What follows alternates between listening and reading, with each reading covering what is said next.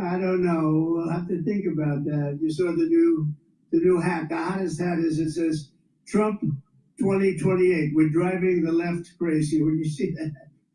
It's not clear what talks, if any, will take place today in Istanbul, Turkey, between Ukraine and Russia. Russia says Vladimir Putin is not due to be in Turkey today to attend the peace talks. NATO Secretary General Mark Rutte in Turkey for a ministers meeting says Moscow needs to explain why Putin is not planning to take part in the talks he called for. Ukraine is ready to commit to a ceasefire and immediate negotiations. That's absolutely clear. The ball is now clearly in Russia's court. Ukrainian President Zelensky, who had previously said that he would be in Istanbul to meet with Putin, is now instead in Ankara for talks with Turkey's President Erdogan. The south-central part of the U.S. is under a heat wave. Bloomberg meteorologist Craig Allen has the latest. Temperatures in Texas, Oklahoma, on up into Kansas, they will be climbing to 20 to 30 degrees above the seasonal average so early in the season. And that means they're going to be reaching 95 to 105 degrees, along with humidity that will make it feel like it's over 110. And this kind of blistering heat will cover over 12 million people with heat alerts, and it's going to continue into the weekend. Bloomberg's Craig Allen. It's day one of the PGA Championship. After 6 rounds, Ryan Fox leads with 3 under. For our listeners in New York, Boston, and D.C., Bloomberg will bring you live play-by-play coverage starting after the closing bell and all weekend long on Bloomberg Radio. Global news 24 hours a day and whenever you want it with Bloomberg News Now. I'm Michael Barr. This is Bloomberg. Tom Paul. Michael Barr, thanks so much. I'm going to show the footage right now because the president's just outside the cameras. But in Abu Dhabi, the president is being greeted by Sheikh Zayed bin Sultan Al Nahyan, the Nahyan family. Nahyan is the ancient tribe of Abu Dhabi in the United Arab Emirates. To make this simple for those not keeping score at home, Abu Dhabi has oil, Dubai does not. Does not. That's okay. Sort of the math. Okay, all right. And it's been a really interesting coexistence. I've made the drive, I think, twice. I'm going to say it's 60 miles. I can't, off the top of my head, I can't recall. But in Abu Dhabi, here with Sheikh Zayed Al Nahyan this morning, we'll have much more on it. It seems like every place, I'm looking at the wonderful schedule. Honey, thank you so much for this schedule. I think everywhere he's going, I think this trip is brought to you by the Ritz-Carlton. Exactly. I'm kidding, folks. You certainly brought the Middle East right onto the front pages, that's for sure. Yeah, and the trip continues. Futures at -20 on YouTube. Subscribe to Bloomberg Podcasts. This is Bloomberg's Surveillance.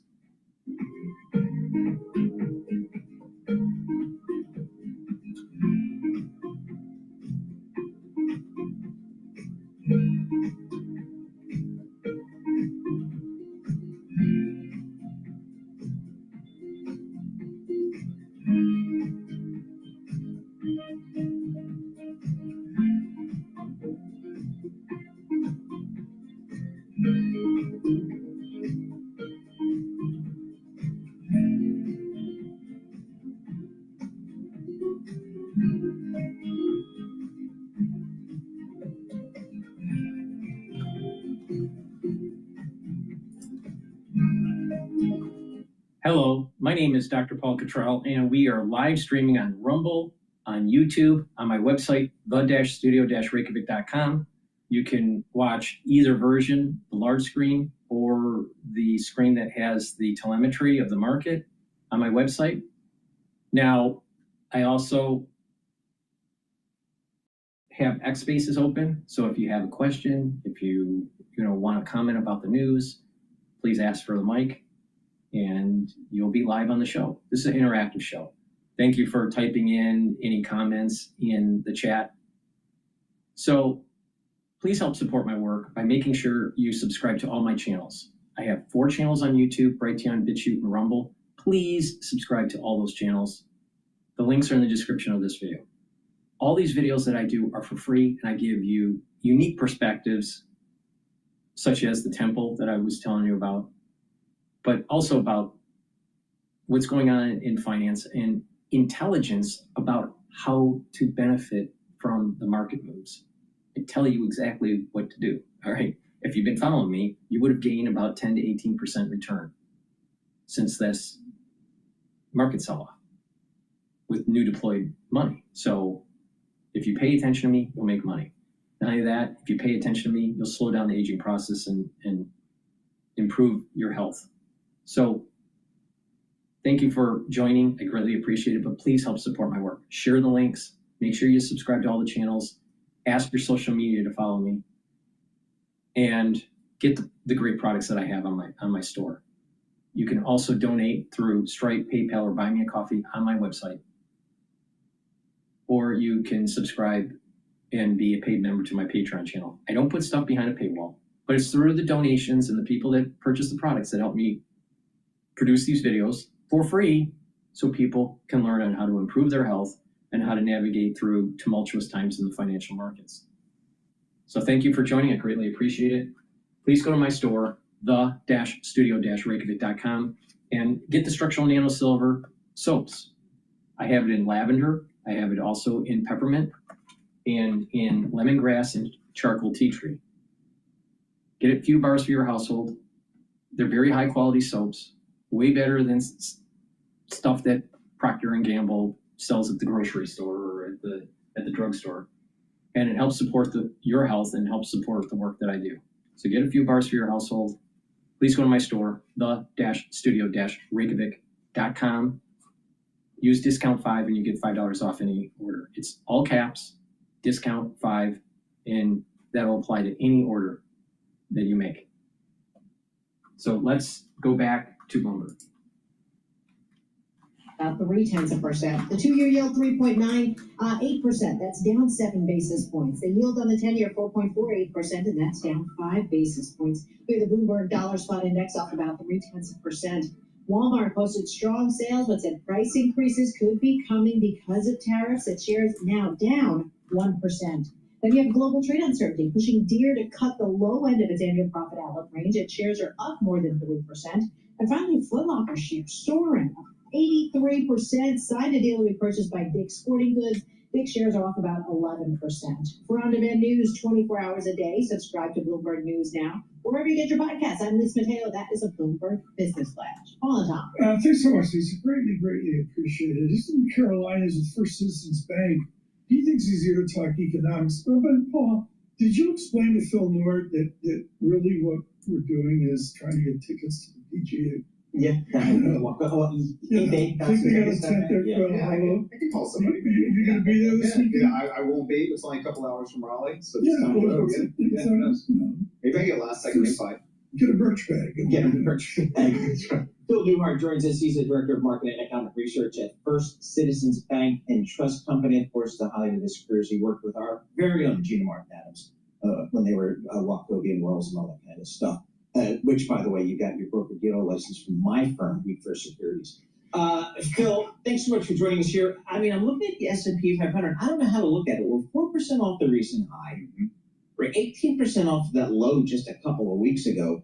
What are you telling your clients about this market here? Are we constructive or are we still concerned? We're still buy into the market. Do not be fearful.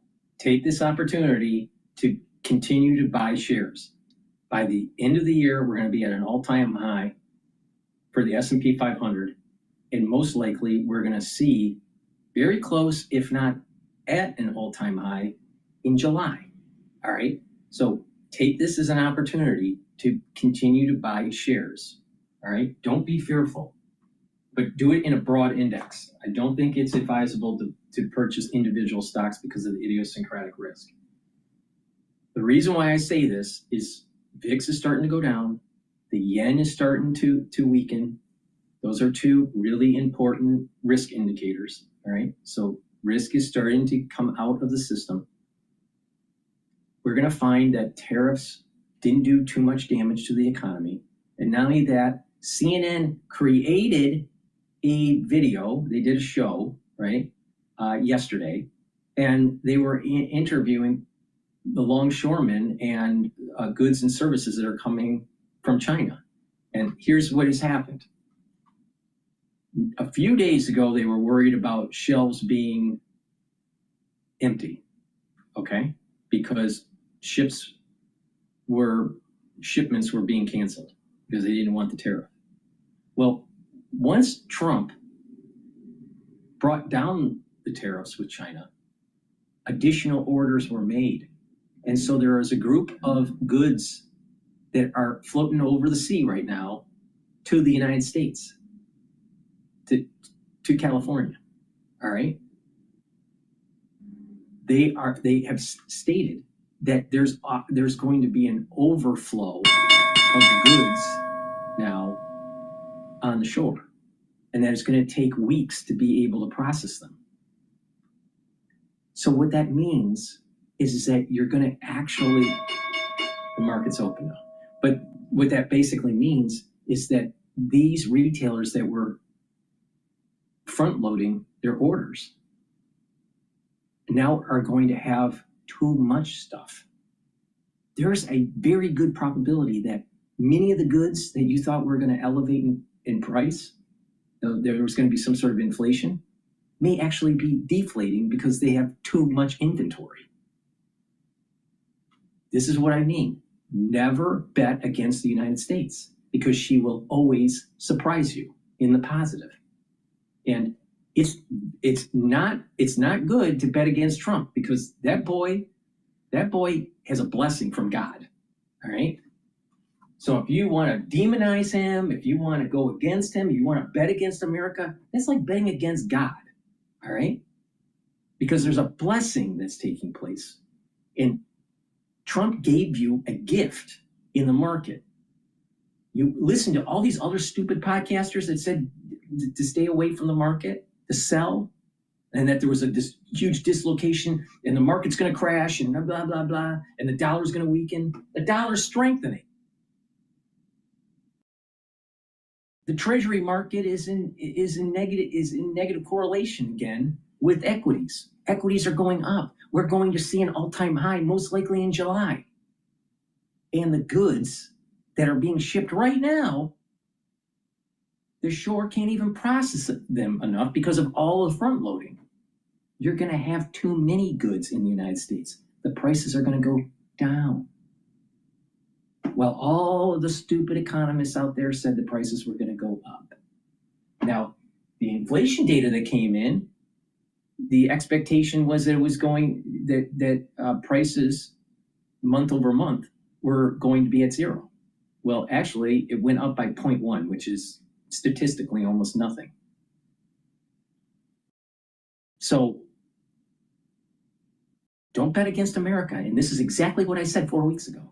But you had all these famous podcasters that think they know how the world works, and all these damn economists that think they know how the world works, and they were all fucking wrong.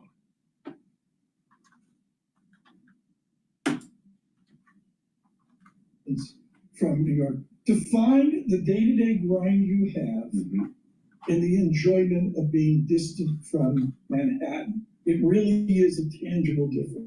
It's tangible. I was here for a decade doing equity strategy for Morgan Stanley, before that Wachovia Wells with Gina, and there is something to be said to being on the ground. I mean, I always found it entertaining that auto analysts are based in New York City. How do you have a view of what's going on with autos in the country? And the whole interstate beltway down to Detroit, down to the south. Exactly. So, no, the perspective is very different. Our clients, we have big clients, we have small clients. I really do feel more like I have my pulse on the real economy than I did during my time. So what's your tariff analysis? We had Elizabeth Economy on from Stanford, who's world class. What we care about is Phil Newark. Right. So look, clients who are related to goods in any way, they're taking a wait-and-see approach. We're seeing a pause. Our rail division described it as a push away from the desk. Right. So CapEx, M&A, et cetera, we are seeing a pause there. For those who are related to services, it's not affecting them yet. It will, but it's not yet, and then they're moving forward. So we are seeing hesitancy, we're seeing uncertainty. So for the ones that were listening to me yesterday, I said I was putting a hedge strategy in, all right, for oil. I just closed out that position and made money. But the thing is that, just listen to me. You'll do okay. But better yet, what's more important is if you listen to me and improve your health. Because you'll have more years, you'll have more vitality. And, oh, by the way, if everyone did this in the United States, our healthcare costs would radically go down by tens of billions of dollars. Green well for you guys at this point? You know, the truth, so our internal strategy is we take a factor-based approach. We are not, I sound like Gina, I know. Yeah. We are not making major sector bets, but we are up in quality right now and profitability. We're focused on ROE, ROA, profit margins. So, I mean, does that just mean technology? And so, Financials? yeah, technology screens well, but there's others. I mean, we screen within sectors, right? So there's places in energy that look really attractive, communication services. It's not just a tech story. Obviously, if you look at the market as a whole, it's all tech. All right, so with the market opening, we are at the S&P 500 is at 5,878. VIX is at 1870. Euro USD is at 1.12. The oil is trading at 61.58. BITO is trading at 21.64, which is important because it's above the support level of 21.48. And the USD Japanese yen is trading at 145.8. I'd like to see it a little bit above 145, you know, like the 146, 147 range. And Gush is trading at 22.32. DRIP is trading at 10.26. Natural gas is trading at 3.47. Natural gas is a little bit lower right now. Inventories on oil yesterday seemed a little higher. And UCO is trading at 21.12. And that's what we're hearing from a lot of these different analysts. They're looking at free cash flow, the nature of it, the makeup of it as well. The Dow negative 175, futures down 14. The market opened down 14. It was down more so earlier. On YouTube, subscribe to Bloomberg Podcasts, Bloomberg Surveillance. Okay, we're still waiting for Trump to speak at Abu Dhabi. So while we're waiting for that, let me do a market plug. So I have this protocol that I follow, all right? And that is a holistic approach, but it's also a certain stacking that I do with supplements. It's very extensive. Most people can't afford what I do, all right? They can't afford everything that I do. But if you listen to me, I'll give you the key components to it so you can build your own protocol that you can afford. And you will benefit from it, all right? And slow down the aging process and get healthy. So this core protocol that you should be following is taking max 35 or max 14 or cleanse to boost up your immune system. That's the first pillar. The second pillar is C60 to soak up free radicals. The third pillar is to bring down inflammation, and you do that with the turmerics, the ashwagandhas, and the lignans. That will improve your immune system, help with your cardiovascular, and bring down overall inflammation. So if you have arthritis, it'll help. If you work out, you'll recover quicker because it's reducing that inflammation after that workout. And that fourth pillar is Boomer Boost. Boomer Boost is going to increase your energy levels and rev up your metabolism. That means you're going to lose weight healthy. It's going to target your cardiovascular system. It's going to help with your brain health. It's going to help with the musculature, so your strength will increase. So there's lots of benefits in taking Boomer Boost. You stack that together, that's a very powerful stack. But there are other stacks that you can do that to add on to that, or you have a smaller stack for your health. And we'll go over that throughout this transmission. So let's just talk about that first pillar. That first pillar is to boost up that immune system. Take max 35, which is 35 parts per million. Max 14, which is 14 parts per million. Or take cleanse, which is 30 parts per million. You take a teaspoon a day, swish it in your mouth, gargle, 20 seconds, 30 seconds, then swallow. What that's going to do is going to improve your epithelial lining in your oral cavity and your oral pharynx. It's going to help with the mucosal barrier, and it's going to boost up your immune system. Really important to do every day. I've been doing this for 5 years, every day. If you're not feeling well, take a tablespoon or two a day. Do the same thing, swish it in your mouth, gargle, and then swallow. Do that, and then once you start feeling better, then go back to your maintenance but do that every day. Very important. So, and that what that will do is it's going to improve your immune system. So please go to my store, the-studio-reykjavik.com, get the cleanse, get the max 35, and get the max 14. Boost up that immune system.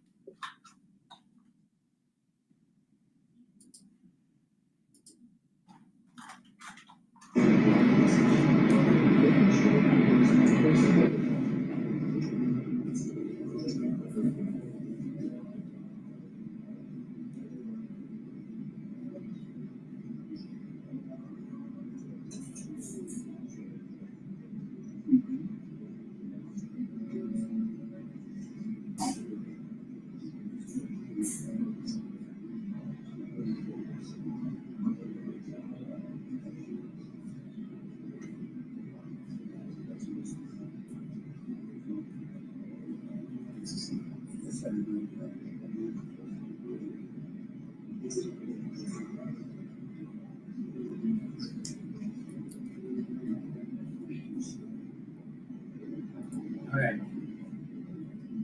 They don't really have any good audio from Live Now with Trump. So let's take a look at some of the news that's popping up here. So let's listen to Fox News about this nuclear deal with Iran.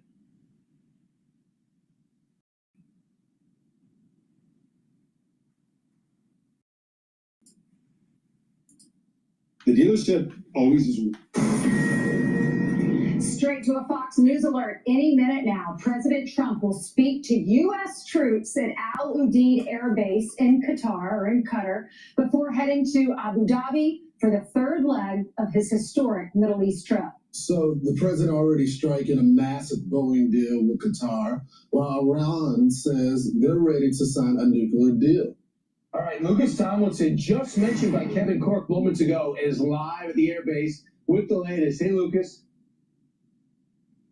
Well, good afternoon, guys. From Al Udeid Air Base, the largest in the Middle East, a much quieter base with no wars in Iraq, Afghanistan, and ISIS defeated. And President Trump would like to keep it that way. We heard from his remarks earlier. He wants this to be a trip about commerce, not conflict, and we've seen the commerce. The Saudis first pledging over $600 billion now right here in Qatar. The Emir saying he's going to up that to $1.2 trillion. So President Trump is due here to address the troops here, soldiers and airmen, Al Udeid Air Base. But before coming here, President Trump spoke with business leaders in Qatar, where he says he's close to a nuclear deal with Iran. Of course, Iran not far away, and Qatar and Iran share the largest gas field in the Persian Gulf. That's why these countries want to see a deal happen. Here's President Trump earlier. I think we're getting close to maybe doing a deal without having to do this. There's two steps. There's a very, very nice step, and there's a violent step. The violence like people haven't seen before. And I hope we're not going to have to do this. I don't want to do the second step. We're in very serious negotiations with Iran for long-term peace. And keep in mind, guys, for context, it was just a few weeks ago when President Trump was posting on Truth Social about bombing Iran. Now you don't hear that word here in the region. In addition to the business deals, diplomacy on the agenda, President Trump meeting the new president of Syria in Riyadh, who 6 months ago had a $10 million bounty on his head, running an al-Qaeda affiliate in Syria. Now he says he wants the U.S. to invest in this country, keep Iran out now that the Assad regime is gone. Trump said he will remove sanctions on Syria. Here's the president earlier here in GETTR.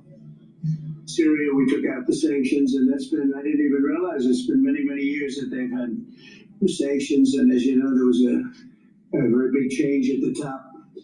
And I thought that we have to give them a chance. They really have no chance with the sanctions. Of course, those sanctions went back 4 decades, not just to Assad, the whole Assad family. Now, here's the headline from NBC. Top Iranian official says Tehran would forego highly enriched uranium and nuclear deal with Trump. So that's big news because, of course, President Trump, we heard from Senator Cotton, we've heard from the Trump administration, they do not want to see Iran enriching uranium.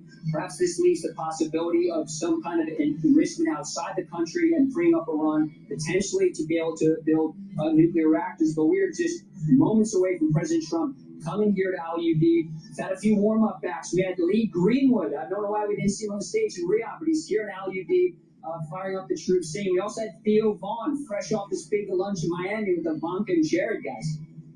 Wow, I did not know that. The podcast with Theo Vaughn. And Lucas, let me ask you something. In terms of troops, I know when we're at war, there's like 10,000, there's a capability of 10, 20,000 troops. What do you think the capacity is now? What is the American presence like there? Well, there's certainly not that many.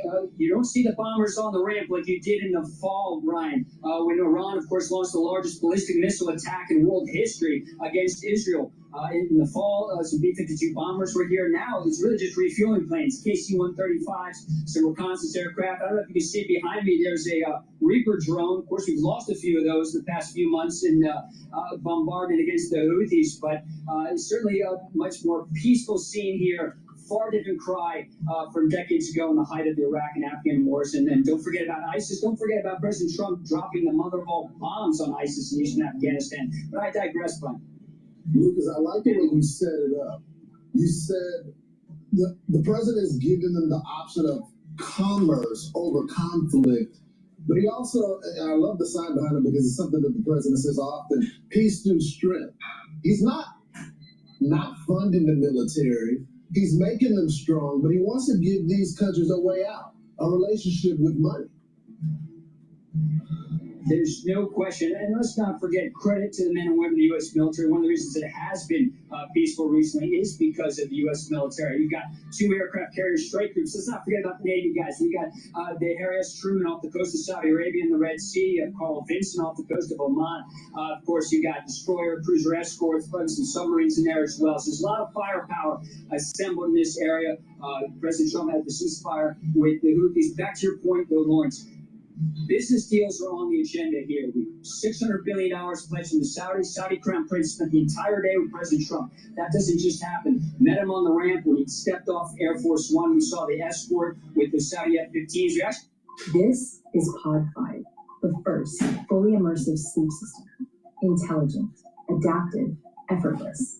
It doesn't replace your bed, it transforms it. Pod 5 listens and responds to your needs in real time, adjusting temperature. Escort with the Saudi F-15s. We actually have a Qatari F-15 over there. Not sure that was the one that took part, was one of the playmates with Air Force One on the approach here to Qatar. But it's been full diplomatic, military recognition, all the pomp and circumstance that the Qataris can muster. We saw the same in Saudis. Let's not forget that camel contingent, guys, here in Qatar. It's pretty impressive formation. And there's Theo Vaughn right there. And also the stallions. You have the Arabian Stallions in Saudi Arabia. I'm not sure those were stallions or geldings, though, Ainsley.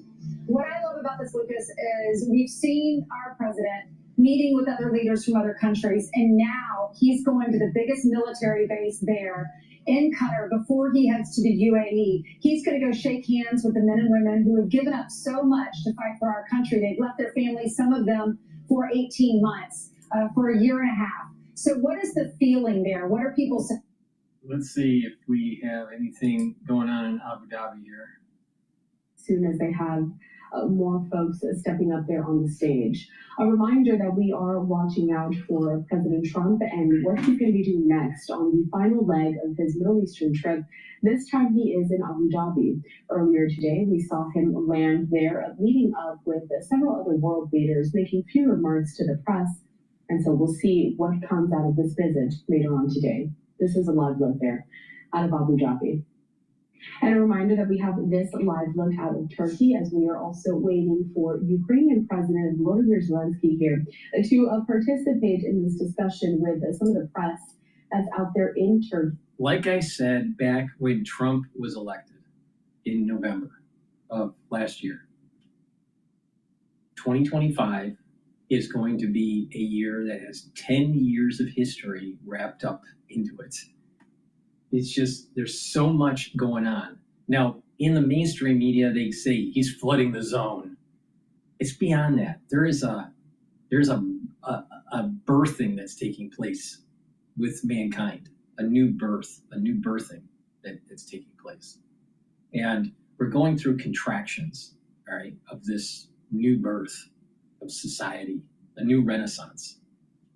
There's a lot of activity And I definitely can appreciate it because I follow the news a lot, maybe more than I should, but you can just feel the pace is just so much faster compared to the Biden administration. See what President Zelensky has to say about what went down earlier today. And a bit of a programming note that I do want to remind you all of. Later on this week on Sunday, we are going to be hosting the inauguration of Pope Leo. Taking a look here also at a statement from Vice President J.D. Vance and the fact that he will be present for that inauguration, saying this. The White House, of course. Vice President J.D. Vance will lead a U.S. delegation to Vatican City to attend the inaugural Mass of His Holiness Pope Leo XIV on Sunday, May 18, 2025. Vice President Vance and Second Lady Usha Vance will be joined by Secretary of State Marco Rubio and Mrs. Jeanette Rubio. Pope Leo XIV is the first American pope. Vice President Vance is the first Catholic convert to serve as vice president. And here at Live Now from Fox, we have got. You know what would be what pops in my mind is actually a good ticket in 2028 would be Vance Rubio ticket. Now they're going to compete. I suspect that they'll compete during the primaries, but it would be nice to see Vance running as president and Rubio being VP. Okay. So with that, we're still waiting on Trump to speak in Abu Dhabi. So let's just pivot over to Bloomberg here. It's an amazing part of LA. It's truly American. It's yes, it is. It's the gateway. Thank you, Gene Schumacher, for starting our morning early today. That was very, very informative, to say the least. Markets deteriorate, down -185, SPX -24. We're on YouTube, building each and every day. Thank you so much on YouTube. Good morning. Now, my take on the reason why the equity market is a little bit down today, and it's not down by a lot. Again, there is this, they're waiting for additional positive tariff news to get past the 5,900 barrier. But a lot of flow of money that was on the sidelines in rebalancing was taking place once the escalation was de-escalated with the agreement between the United States and China.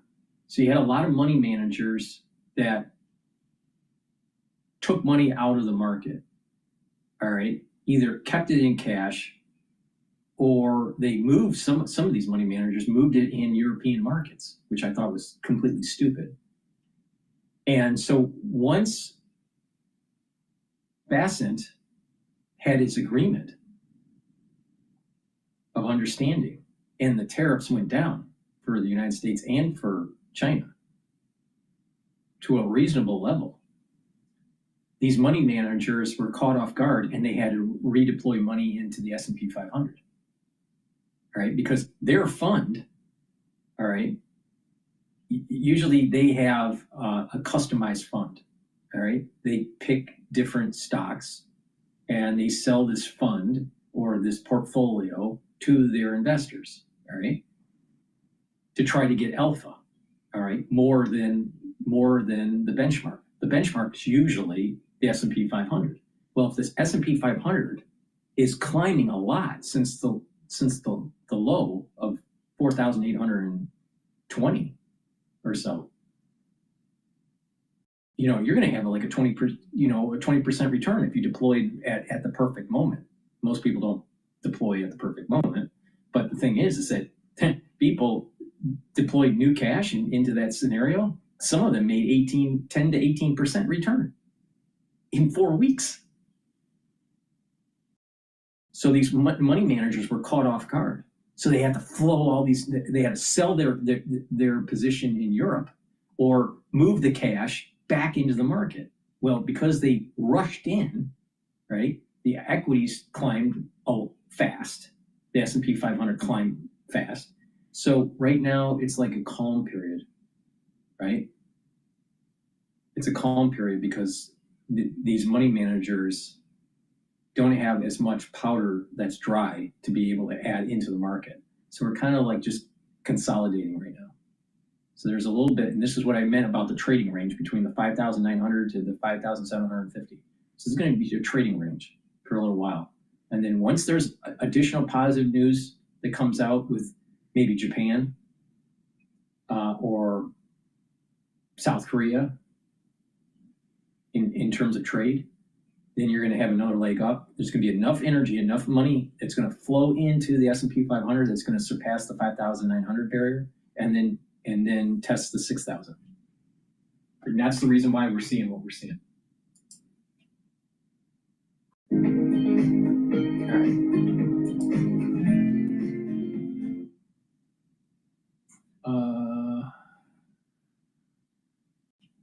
Well, we're still waiting on Trump to talk. I guess a lot of people are paying attention to the P. Diddy, case. I don't really care. I just really don't care.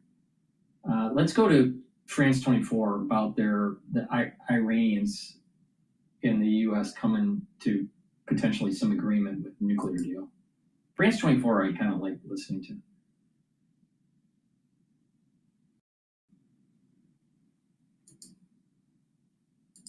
Technology compresses, then snaps.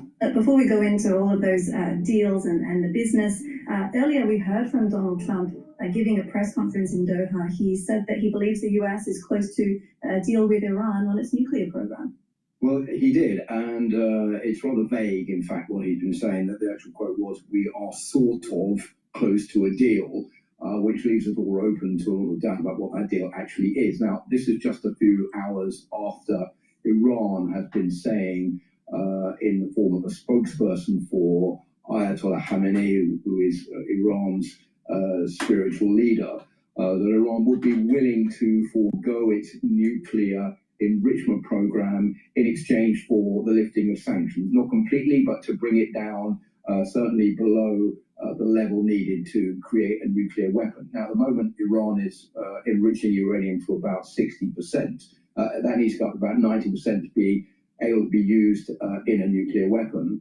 But under the 2015 nuclear agreement, which was signed by Barack Obama, of which Donald Trump pulled out later on, that level was due to be brought down to only 3.65%, which is just for civilian use only.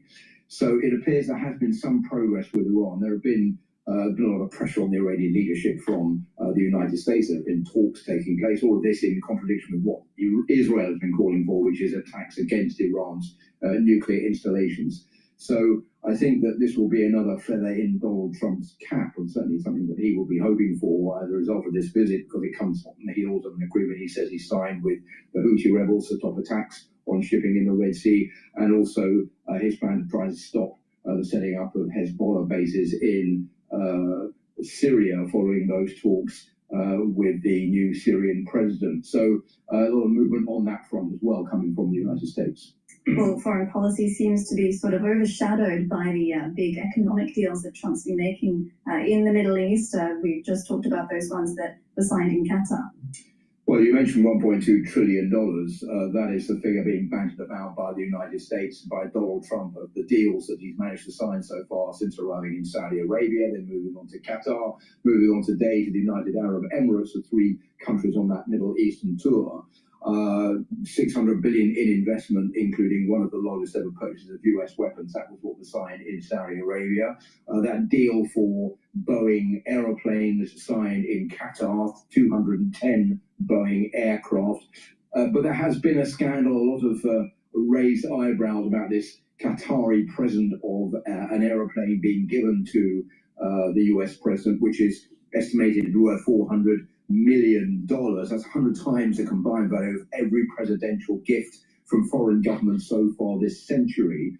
And many in the United States saying this is definitely a conflict of interest between what the US should be standing up for, and that is not receiving presents in exchange for signing business deals. And also that poses the question about how this plane is going to be equipped afterwards. Will there be bugs on board to try to... I understand the security issue. It's going to take some time to sweep it, and there's not going to be that much use of it. But the thing is that it's a gift. It's a gift. It's a $400 million gift, but we're not paying for it. All right, we're paying for the sweep. All right, which is probably going to, cost, I don't know, 5-10 million. I don't know, which is a drop in the bucket in terms of the Pentagon. A plane that isn't anchored correctly on the deck of an aircraft carrier is, 30, anywhere from 25 to 30 million dollars, if it falls into the ocean. So it's a free gift for $400 million. 400 million, all right? And Trump brings in to the United States in terms of business deals, like $1 trillion, all right? So don't you think that we are actually on the winning side of this whole trade agreement?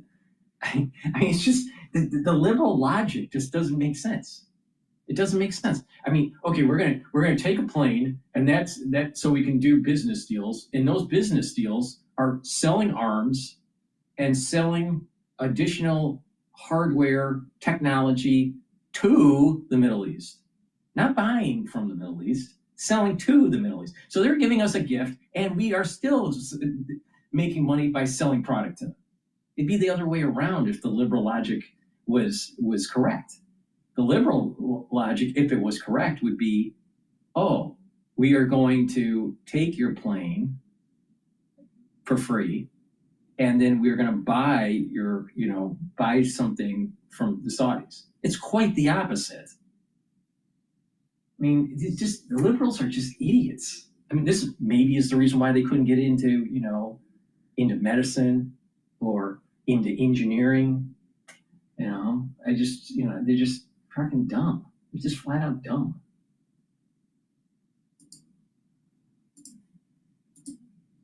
Even though I like listening to France 24, but sometimes they have these liberal commentators that, that are anti-Trump. There's a lot of people out there who are anti-Trump. They don't realize that Trump, if you just pay attention to the guy, would you want to be around someone that's a loser all the time or a winner? All right. And literally, the liberals hate Trump so much they would prefer to align themselves with losers. It's hilarious, actually. Trump will betray Israel for personal gain, according to Ambassador Dennis Ross. Let's listen in. This is Times Radio, which is very anti-Trump. First. I mean, that's not just a slogan for him. When it comes to what he sees as being in our interest, he's going to do it. And he's not really going to do it without much regard for anyone else. And we've seen that now repeatedly. The decision to do the deal with the Houthis. After that, I mean, the truth is just 2 days before that, the Houthis succeeded in having a ballistic missile penetrate Israel and land near the Ben Gurion airport. Then there's a deal that's done without any discussion or coordination or even consultation with the Israelis. The fact was the president decided he wanted to end the attacks. The Houthis were prepared to stop attacking American ships. President Trump's been at a lavish state dinner in Qatar tonight after signing more multi-billion-dollar business deals with his hosts. These include an order for 160 Boeing jets worth $200 billion. Which now Trump think about that. as the largest. Now think about it. That order for Boeing is huge, or huge, depending on where you're from. But that business deal is going to save Boeing, all right, and help Boeing through its financial crisis. And people want to just demonize Trump. I mean, it's just so dumb. It's just so, The order of its kind. Earlier, he met the new president of Syria, Ahmed al-Sharaa, for the first high-level meeting between the two countries in 25 years. Donald Trump announced the lifting of US sanctions against Syria and was full of praise for al-Sharaa, a former al-Qaeda commander who's still officially a proscribed terrorist in the US. Very good. Young, attractive guy, tough guy. Strong pass. Very strong pass fighter. pulling it together. Well, tonight in Qatar, the US president also raised the prospect of a deal with Iran, though he set out 3 conditions for any agreement. I want to make a deal with Iran. I want to do something if it's possible. But for that to happen, it must stop sponsoring terror, halt its bloody proxy wars, and permanently and verifiably cease its pursuit of nuclear weapons. They cannot have a nuclear weapon. I don't imagine there's anybody at this table or anybody in this room that would say they can. Well, Ambassador Dennis Ross is a former special assistant to President Obama and a former Middle East coordinator under President Clinton. He's also author of Statecraft 2.0, What America Needs to Lead in a Multipolar World, and joins us now. Good evening to you, Dennis. Good to be with you. Thanks for having me. Great to speak to you. Tell me first of all what you make of Donald Trump's move to bring Syria in from the cold. Well, I don't think he would have done it without basically Mohammed bin Salman suggesting there's a real opportunity in Syria, a real opportunity because Iran effectively has been forced to leave Syria. Syria right now also is making it, trying to block any weapons smuggling to Hezbollah. But it's not just... We are powering change every day in New York City by installing solar systems and helping building. But it's not just what Saudi Arabia is saying, because they think there is a possibility to bring Syria into a much more positive relationship and change the character of Syria. It's clearly also the president spoke to President Erdogan as well, and Erdogan was on the phone in the meeting room with them. So this is, I think, a combination of Erdogan and Mohammed bin Salman suggesting there's an opportunity with Ahmed al-Shara, and it would be a mistake not to take advantage of it. And the only way that Shah has a chance to really establish control over all Syria is if he can demonstrate that the country is moving in a more favorable direction. And at a bare minimum, that requires the lifting of sanctions. And they persuaded the president to do that. I can say it's interesting because I know there were those within the administration who were quite negative about the idea, believing that once an Islamist, always an Islamist, and that's obviously not what has prevailed with President Trump. Yeah, and it is interesting, isn't it? Because Ahmed al-Shara became leader after Bashar al-Assad was swept from power. But I mean, there has been some pretty serious upsurges of violence in the country. Do you think this is going to help the country on the path to peace, which is clearly what President Trump hopes? I think it creates an opportunity. Look, Shah still has to prove himself. He has to prove himself in terms of genuinely being against the forces of terror. He has elements within the coalition that he heads that still reflect those attitudes. Can he control them?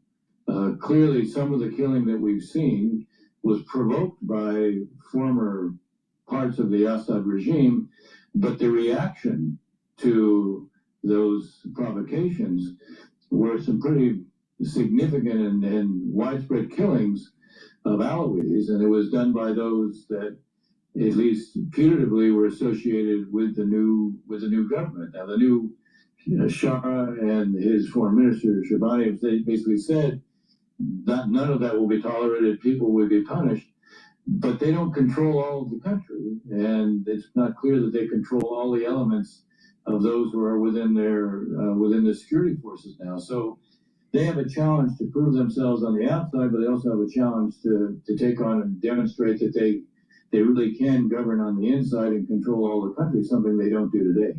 And President Trump seems to have taken this step, lifting US sanctions against Syria, meeting its new leader without much consultation with Israel. Likewise, his talk of reaching an agreement with Iran, when we know that the Israelis were very keen to get the go-ahead for further bombing attacks on Iran. How would you assess the US-Israeli relationship? I mean, he's not going to Israel on this trip, President Trump. I think there's several points to be mindful of. Maybe the most important one is that Donald Trump will always put America first. I mean, that's not just a slogan for him. When it comes to what he sees as being in our interests, he's going to do it. And he's not really going to do it without much regard for anyone else. And we've seen that now repeatedly. The decision to do the deal with the Houthis.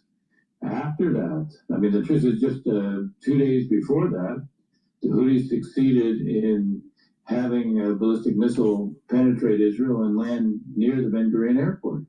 Then there's a deal that's done without any discussion or coordination or even consultation with the Israelis. The fact was the president decided he wanted to end the attacks. The Houthis were prepared to stop attacking American ships. By the way, they made it clear they would continue to attack Israel and they would continue to attack ships that they defined as being somehow connected to Israel, even though that is an extremely broad definition. So Israel's concerns and interests were not taken into account because the president was operating on what he saw as our interests, negotiating with the Iranians, negotiating with Hamas. This is the first administration ever to deal directly with Hamas. Without telling the Israelis discovered it through their intelligence means. So that's a pretty dramatic step. So what we're seeing is a pattern here that the president is pretty much prepared to do those things that he sees as being in our interest as he defines it. The release of the dual citizen Eden Alexander was done again without the Israelis. So I wouldn't say that somehow that there's a crisis in the relationship or that he won't support Israel. I think he generally remains supportive of Israel. But the message he's sending is when he decides it's in his interest as he defines it, when he decides it's in America's interest as he defines it, he's going to pursue that without much regard to where the Israelis are coming from. And just finally and briefly, if you could, Dennis, I mean, where does this leave the prospect of getting any further serious negotiations underway towards another ceasefire and the release of more hostages from Gaza? We will see whether or not, even before Trump leaves the air or immediately afterwards, whether there is another deal. I suspect there's at least a 50-50 chance by the time he leaves the region or the day after, there will be another deal where maybe 10 of the remaining live hostages will be released, a 45-day ceasefire. Hamas will be interpreting this as by the end of 45 days that the conflict will end. The Israelis will say no, that it will continue. I believe that Trump increasingly wants to see an end to the conflict. So that's, I think, the thing to be watching for. If there isn't a deal within the next couple of days, a partial deal of the sort I described, then there probably won't be one for a while because I think the Israelis really will resume much more intensive effort within Gaza. But I also think at some point Trump's patience will run out. He will want to see the war end. Ambassador Dennis Ross, former special assistant to President Obama.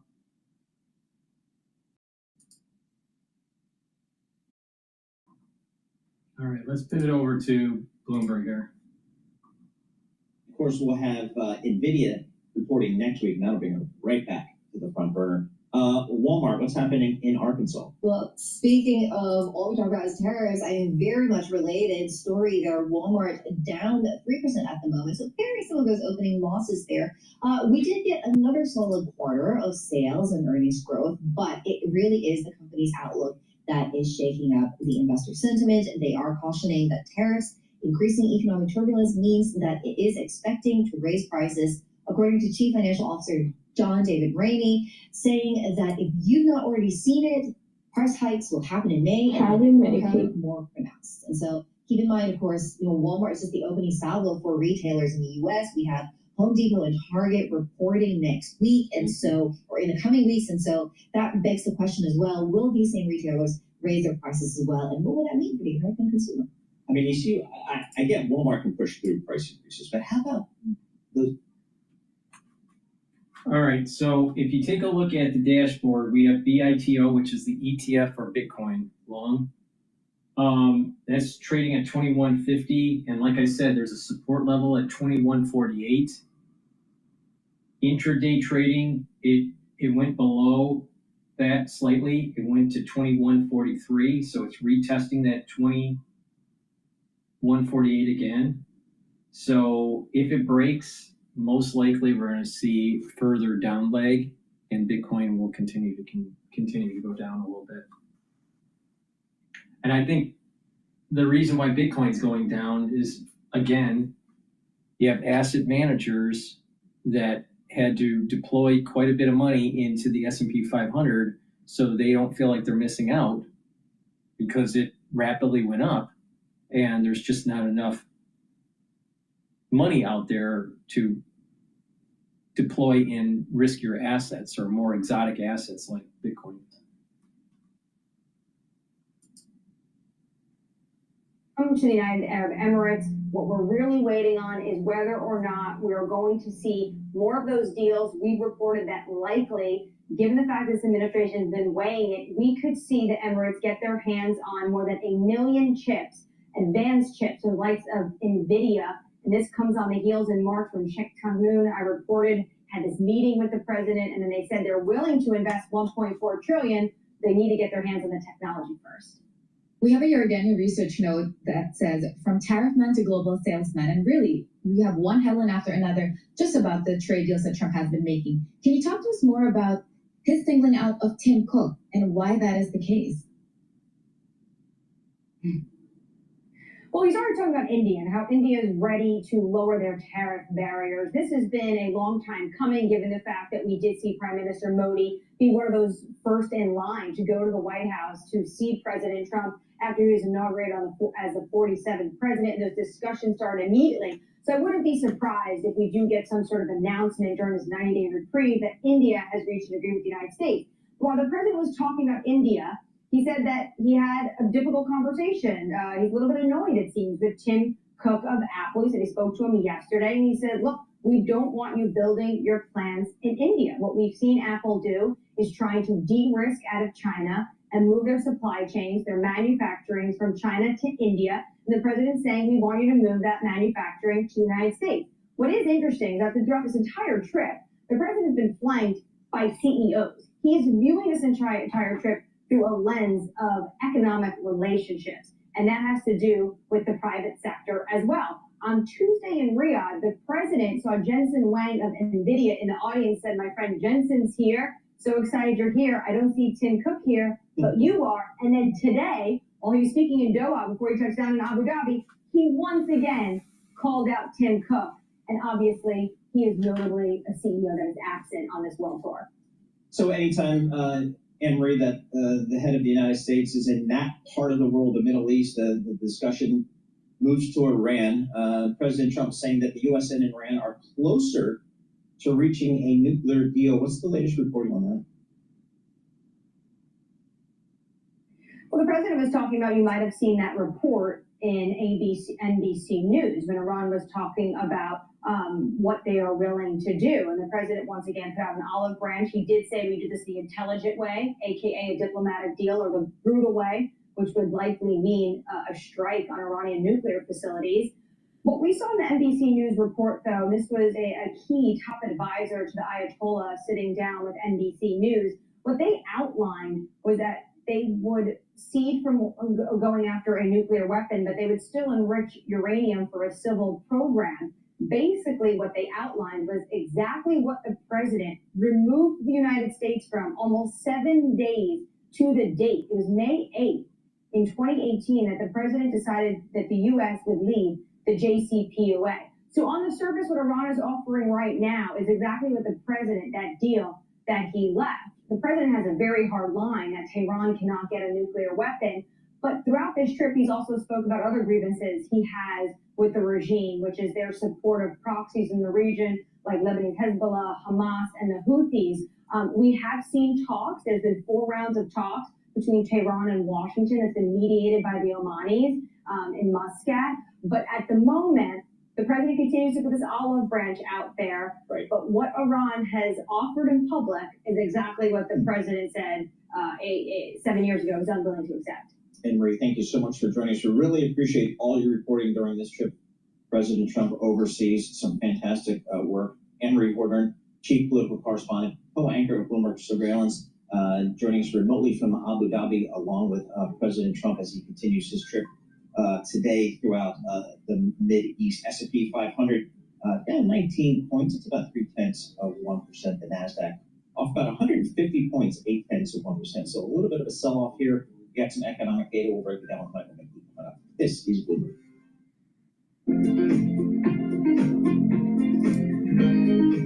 Okay, we might go to live now. They're talking about Ukraine peace talks. But before we do, please go to my store, the-studio-reykjavik.com, and get the C60. C60 is a very strong antioxidant. It's the second pillar of my core protocol. By soaking up free radicals, you're reducing the stress in a cell, and you're helping to improve the health of the mitochondria. So what that will mean is that the cell will perform better, they'll have more ATP, and your tissues will perform better, your organ systems will perform better, your immune system will perform better, your endocrine system, your neurons. So it's a very potent antioxidant. All right, you take a teaspoon a day, every day. Take it on an empty stomach for best absorption. If you're working out, take it before your workout, and it'll soak up the free radicals that you generate during your workout, and you will recover quicker. But it's important to take it every day. Take a teaspoon a day. You can get it in avocado oil, extra virgin olive oil, or MCT coconut oil. It has to be in an oil for you to absorb C60. It's very important. Now, C60, you can get it in a 2 ounce, a 4 ounce, or an 8 ounce configuration on my website, the-studio-reykjavik.com. It is cheaper per ounce if you buy the higher ounce configuration. In addition, C60 is going to also help with your neural health. You'll soak up those free radicals, reduce that stress on the neuron, improve your mitochondria in your neuron. You need lots of mitochondria to produce the ATP and to be able to create those neurotransmitters. So your neuron will be able to fire those neurotransmitters, and you have that connection between that neural network, and you have cognition. All right. So if the healthier those neurons are, the faster that neural network will work, the better your memory, the better your kinematic balancing, your ability to balance will be. If you look at people that are older, they think slower, their memory starts to fade, they move slower. But if you improve your neural health, you'll be able to think faster, have better memory, have better kinematic coordination. So please go to my store, the-studio-reykjavik.com. Take the C60. It's a major pillar of my anti-aging protocol. All right. I've been taking C60 since 2016. So please go to my store, the-studio-reykjavik.com, and take the C60. Take it every day, a teaspoon a day. Extremely important. And what you'll notice is that you're slowly reducing the aging process. Your body is healing, your immune system is better, your endocrine system is better, your neurons are better. And when you take a look at yourself a year later, you'll notice visually that you look younger. All right. Now, it also helps to soak up those free radicals in your bloodstream. And free radicals in your bloodstream are bad because they oxidize LDL. So if you have oxidized LDL, you're increasing your chances of plaque formation. So if you want to help with your cardiovascular health and reduce plaque formation, soaking up free radicals in your bloodstream are very important. So please go to my store, get the C60, get it in MCT coconut oil, avocado oil, or in extra virgin olive oil. Take it every day, and you're going to see huge differences in your health. And you're going to just notice that you have more energy, and just all these different systems that I talked about are going to be starting to perform better. And you're going to visually see a difference in your health and in your wellness. So please go to my store, get the C60, use discount 5, and you get $5 off any order.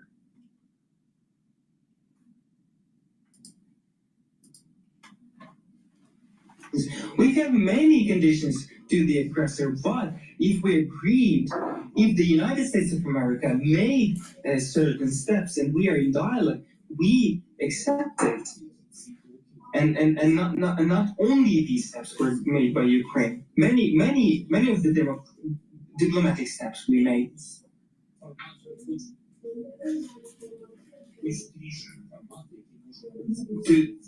To come to the format that could even a tiny little bit bring us closer to the end of the war, but this cannot be unilaterally only from one end, and the pressure cannot be only directed one way, which is why we very much want that there is a demonstration of pressure against Russia, against Putin, sanctions, European sanctions, American sanctions, at the very least sanctions.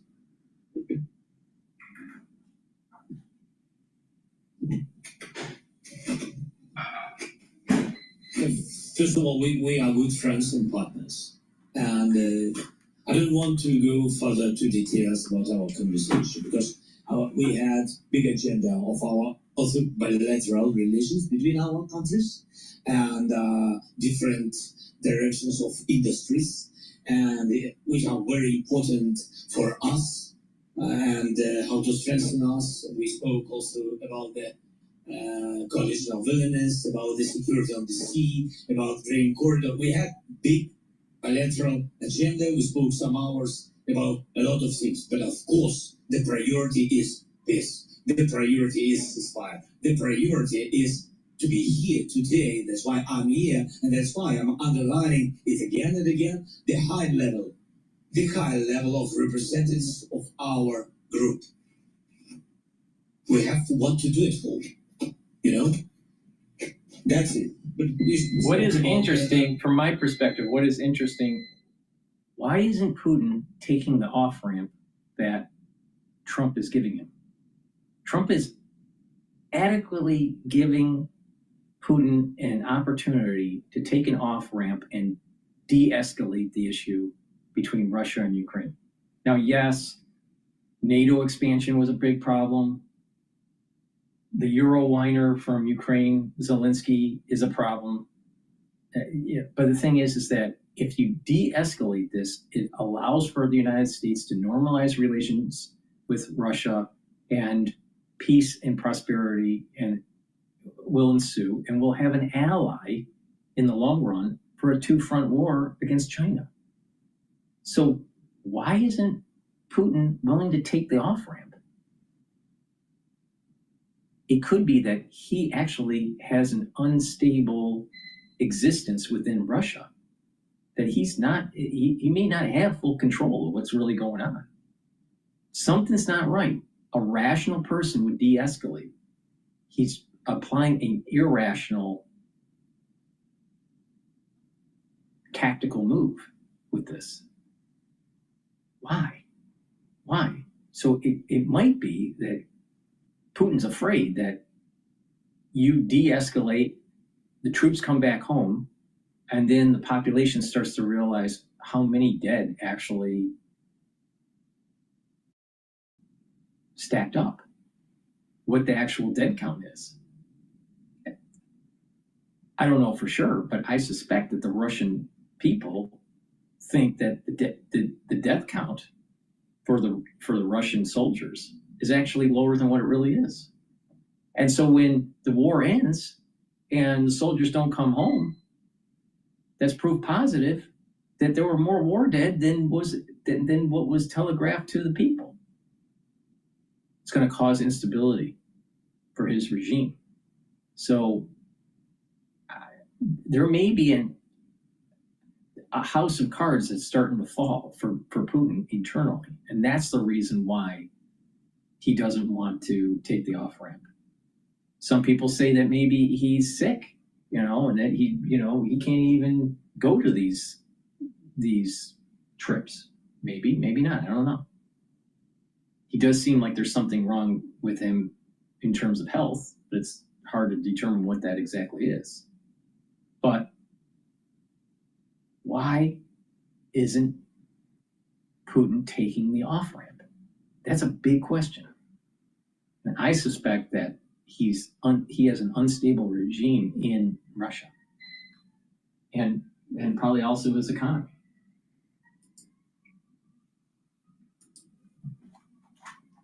Best option here, because you're going to get a nice strong yield, and although the Fed didn't lower the rate the last time, they will eventually, even if it's late, they will eventually lower the rates further, maybe a couple more times this year.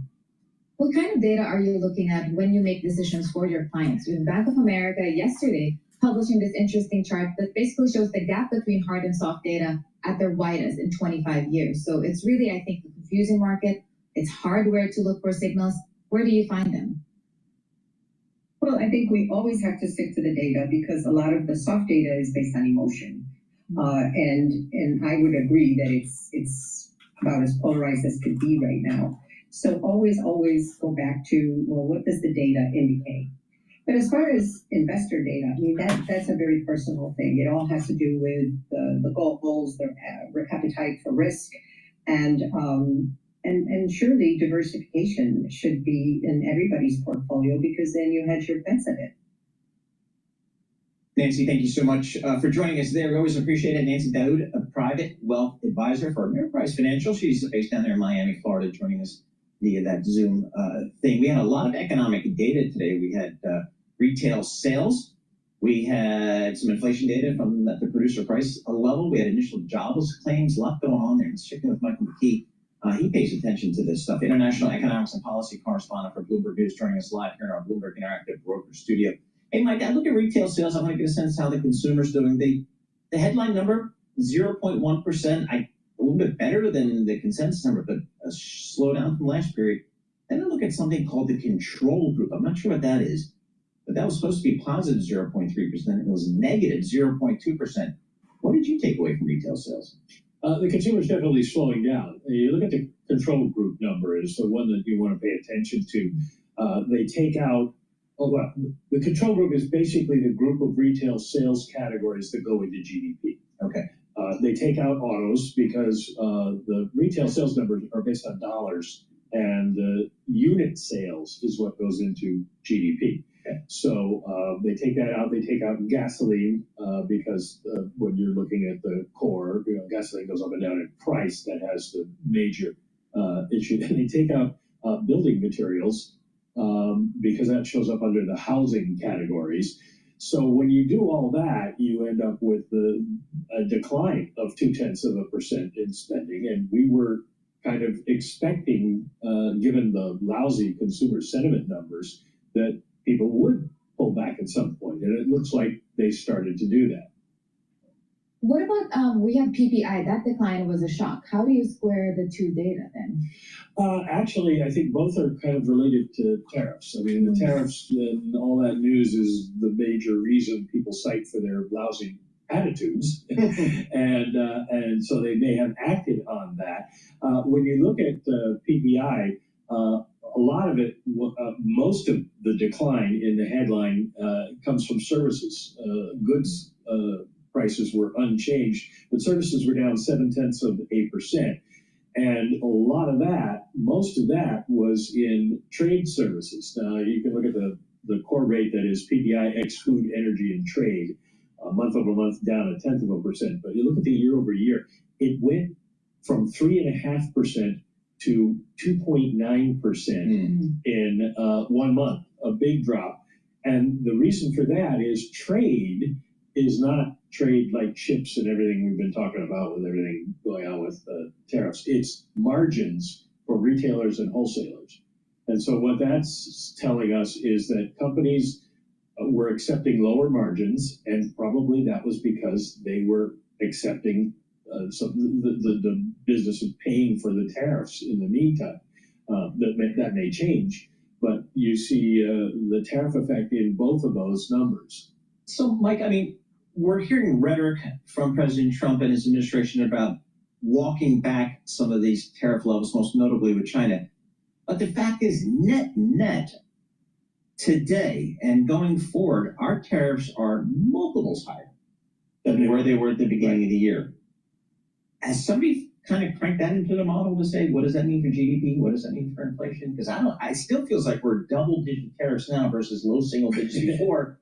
That's got to have an impact. Not only have they cranked it into their models, but they have cranked it and recranked it and recranked Right. it as the president changes his mind. The latest feeling is that the odds of recession have dimmed, but growth is going to be very slow, somewhere between 0 and 1% for the year. And that we will see unemployment rise and we'll see inflation rise because of the tariffs. Now, you can't bet on that because the president still hasn't given us details on the tariffs. There's 2 different 90-day cooling off periods underway here. So we're waiting for all that kind of information, but the general view is that things are going to deteriorate. And so we've been waiting for that to show up in the hard data, which is starting to do now. We had the Empire and Philadelphia Fed regional manufacturing indexes, both of which were negative, but their prices paid numbers jumped significantly. The Empire one was the highest in more than 2 years at 59 and then 59.8 for Philadelphia. So the inflation effect is starting to come into all of the data. So we should start to pick up speed on that as the month goes by and we get more and more numbers. Yeah, and the stock market has retraced much of its sell-off here, but boy, you still don't see any real move higher in the dollar. So that kind of gets everybody's attention here. So we'll see it in the data coming forward, and we will check in with Mike McKee when that data is released. Michael McKee joining us here, international economics and policy correspondent for Bloomberg News, joining us live here in our Bloomberg Interactive Broker Studio. Coming up, Lindsay Dutch, Bloomberg Intelligence Consumer Hardlines Senior Analyst on Dick's Sporting Goods. Buying Foot Locker. We know those brands.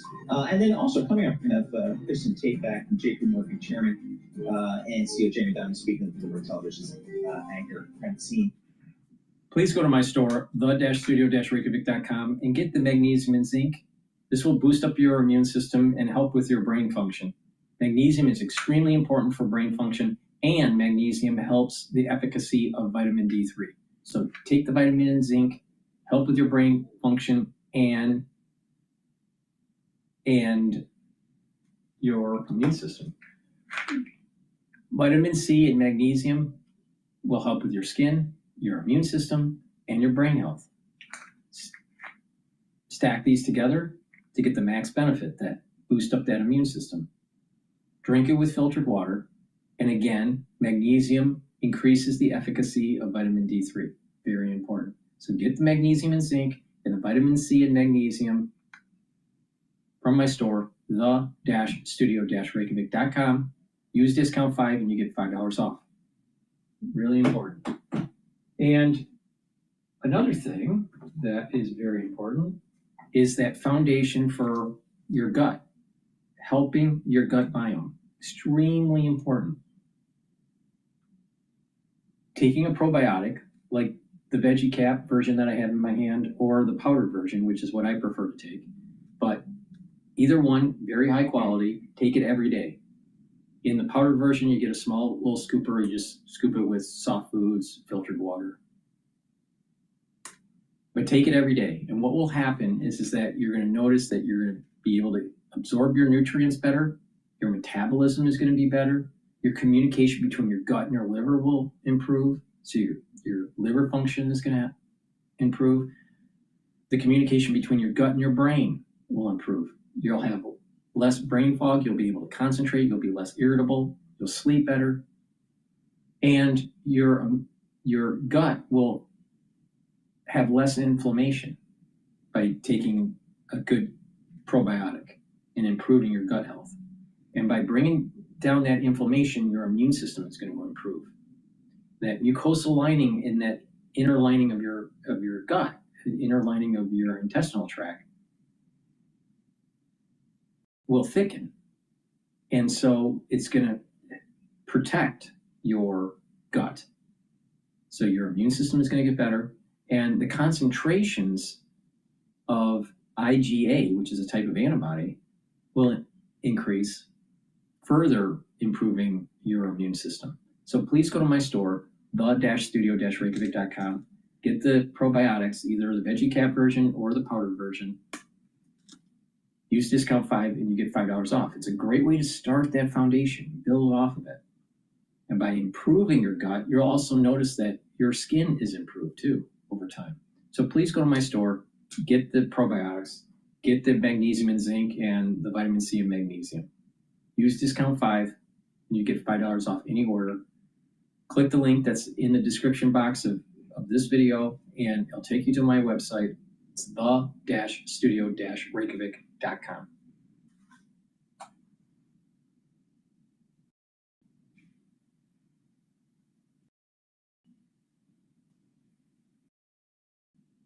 I want to go to Al Jazeera for a second here. I think they're advertising. This isn't advertisement for Al Jazeera. Vehicles of mobilization are required, and Channel 14 has stepped into that breach. Channel 14, since the beginning of the genocide, it was very clearly the chief insider for genocide in Gaza. The rest of the Israeli media landscape, there's pride in promoting the pictures of suffering, the imageries of total destruction, thousands of people under the baking sun, walking endlessly from one area to another. These all are coming out in Israeli media. What jumps out about the international coverage is the volume of it. There has been a noticeable drop, which, editorially speaking, is indefensible, given the stage the Gaza story has reached, the cumulative effect of Israel's blocking of food and humanitarian aid to Palestinians, so many of them children, who have gone from hunger. All right. There's a little bit of a movement with the BITO ETF. It's trading at 21.45. Again, like I said, there is a support level at 21.48. It's below that support level for the intraday trading. There's going to be further sell-off with Bitcoin, so we're going to see some pressure on BITO ETF. The next major support level is 20.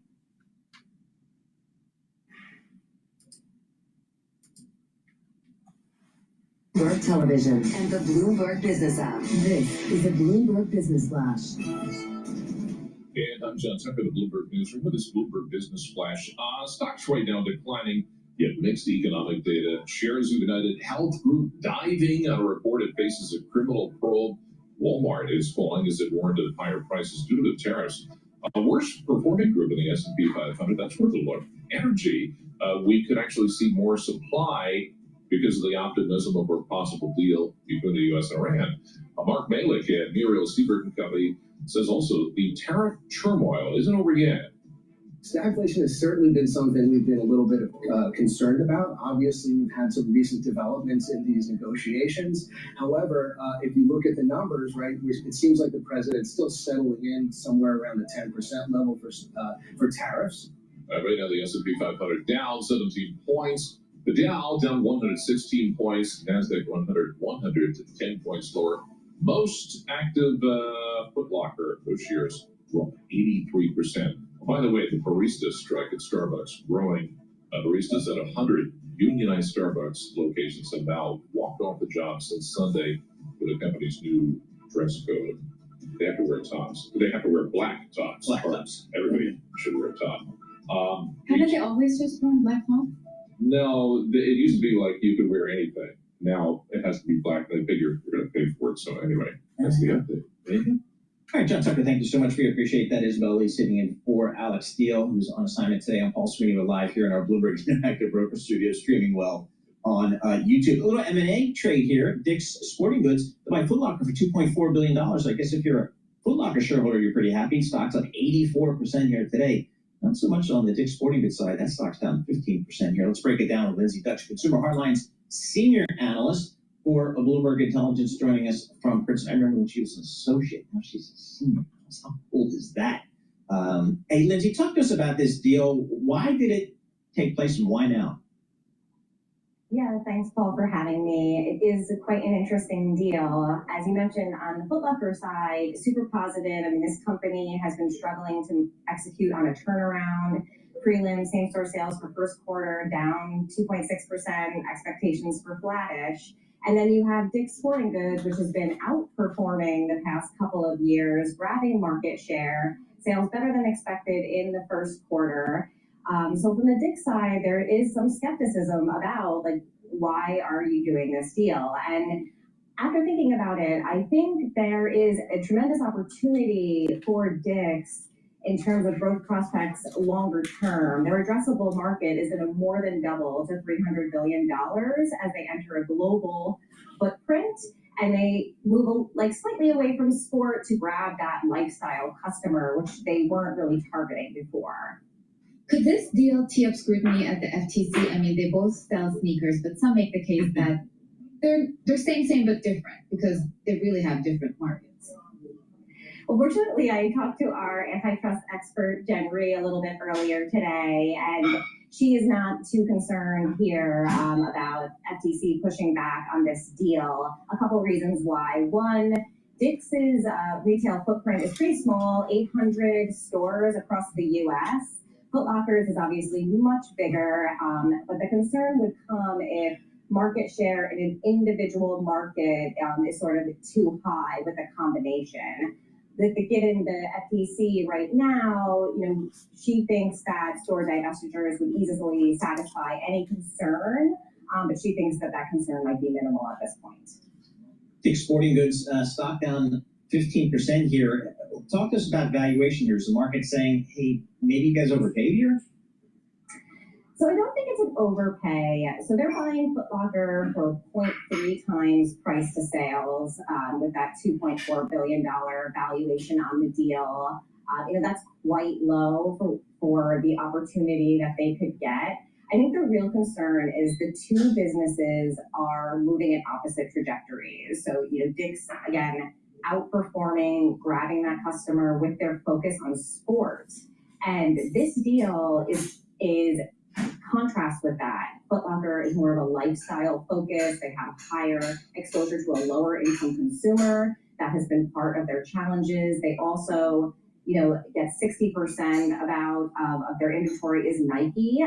So it is a different shift in the business. Foot Locker is seeing those same-store sales continue to decline, and that's really a contrast. So there's skepticism about that. Dick's has, though, executed its own turnaround in the past couple of years. So we see these long-term growth prospects as worth that 0.3 price to sales multiple, and that Dick's will now have to prove that they can turn around another business. Lindsay, real quick, just give us a refresh on what the tariff situation is in that business, because I'm thinking it's really high. So the exposure to China might be lower than you'd think. We don't have disclosures on specifics from Dick's, but it's relatively low imports coming from China, and it's mostly focused on their hard lines like sports equipment business. For shoes, a lot of that is coming out of Vietnam. So yes, we're going to see higher prices likely with the higher tariffs, maybe on that 10% rate as of right now. So there is a headwind of that. But we think for some of those national brands, that price increase is going to just get directly passed through to the consumer. Great. All right, Lindsay, thank you so much. We appreciate it. Lindsay Dutch, she's a consumer hardlines senior analyst for Bloomberg Intelligence, joining us from Princeton, New Jersey. Well, today, JP Morgan Chase CEO Jamie Dimon, he spoke exclusively to Bloomberg's Francine Lacroix at JP Morgan's annual Global Markets Conference in Paris today. Let's listen in to that conversation. Hey, there's a lot going on. It's trade wars, markets up and down. What did you learn last month? Not much. Other than that we have all this uncertainty. Something preceded the new administration, like we had large deficits, interest rates going up, inflation going up, and some are, tariffs and things. And of course, the geopolitical situation is very tense, very difficult, and hard to resolve. Okay, so if you forget projections, numbers, what's your hunch? Is the U.S. going to go into recession or not? Look, I'm going to defer to economists who give about a 50% chance. I think all these things are probably inflationary a little bit more and slowing down the economy. If there's a recession, I don't know how big it'll be or how long it'll last. Hopefully we'll avoid it, but I wouldn't take it off the table at this point. If you look at the trade war and then the somewhat reconciliation between the U.S. and China, does it hold? I think it's the right thing to do is to back off of some of that stuff to have an engaging conversation. I'm grateful they did the U.S.-UK deal. It's an agreement in principle, so, there's a lot of uncertainty still. And there's a lot of uncertainty still in the China thing, but at least we started. It obviously calmed down the markets. That's not the reason to do it, but the markets, do vote or something like that. And so, there's still uncertainty to resolve. There's 90-day triggers a lot of these things, and hopefully they will be resolved. But they're complex. I don't expect immediate resolution to satisfaction of everybody in 90 days. But you expect markets to settle from here because we have a little bit more of a blueprint, or could volatility pick back up at any second? Markets are quite unpredictable. I think there's a lot of uncertainty out there that you can't discount. War in Ukraine, terror in the Middle East, Iran, huge deficits, our tax bill, which I would like to see a good tax bill passed. The tariffs, the reaction. Bitcoin is trading at 101.6. And the BITO ETF is below the support level. It's trading at 21.43 right now. Intraday low was 21.38. So definitely a sell-off in Bitcoin. Oil is having a little bit of a problem too. It's trading at 61.49. There may be a potential buy opportunity once it breaks 61. We'll see.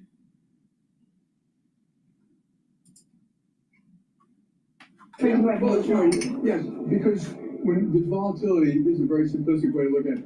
Spreads gap out and traders make more money if there's more volume. So we had both this time, more volatility, more volume. Because very often you have a lot of volatility and spreads gap out, there's much less volume. So you've seen examples where there's good volatility and there's bad volatility. This one happened to be good. The next go around may not be so good. Jamie, when it comes to financials, I mean, a lot of, non-bank entrants are making quite a lot of waves. Citadel, Jane Street. Is that a concern for the bank? Should it be a problem for the banks? I wouldn't call it a problem. They're both clients, very capable. But I've always had the view there are a lot of competitors out there, and all the major banks are back. I think that's a good thing for the world, and maybe that's so much for JP Morgan.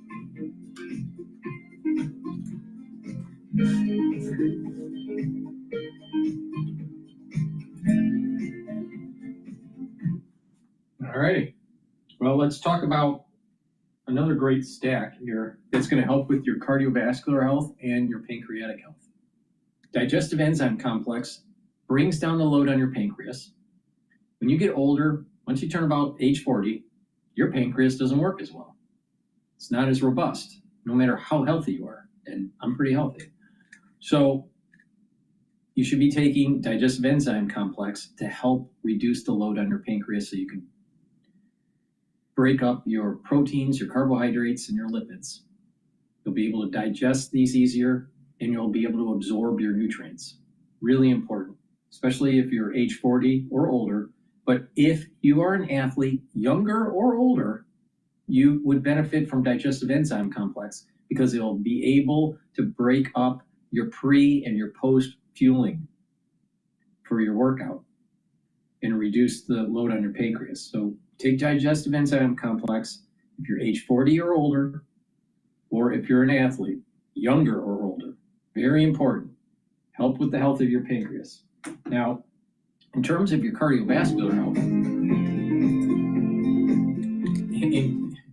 this is a professional show. In terms of your cardiovascular health, take omega-3. Omega-3 will help bring down systemic inflammation, but also omega-3 helps to prevent the red blood cells from over sticking, so it's reducing clots.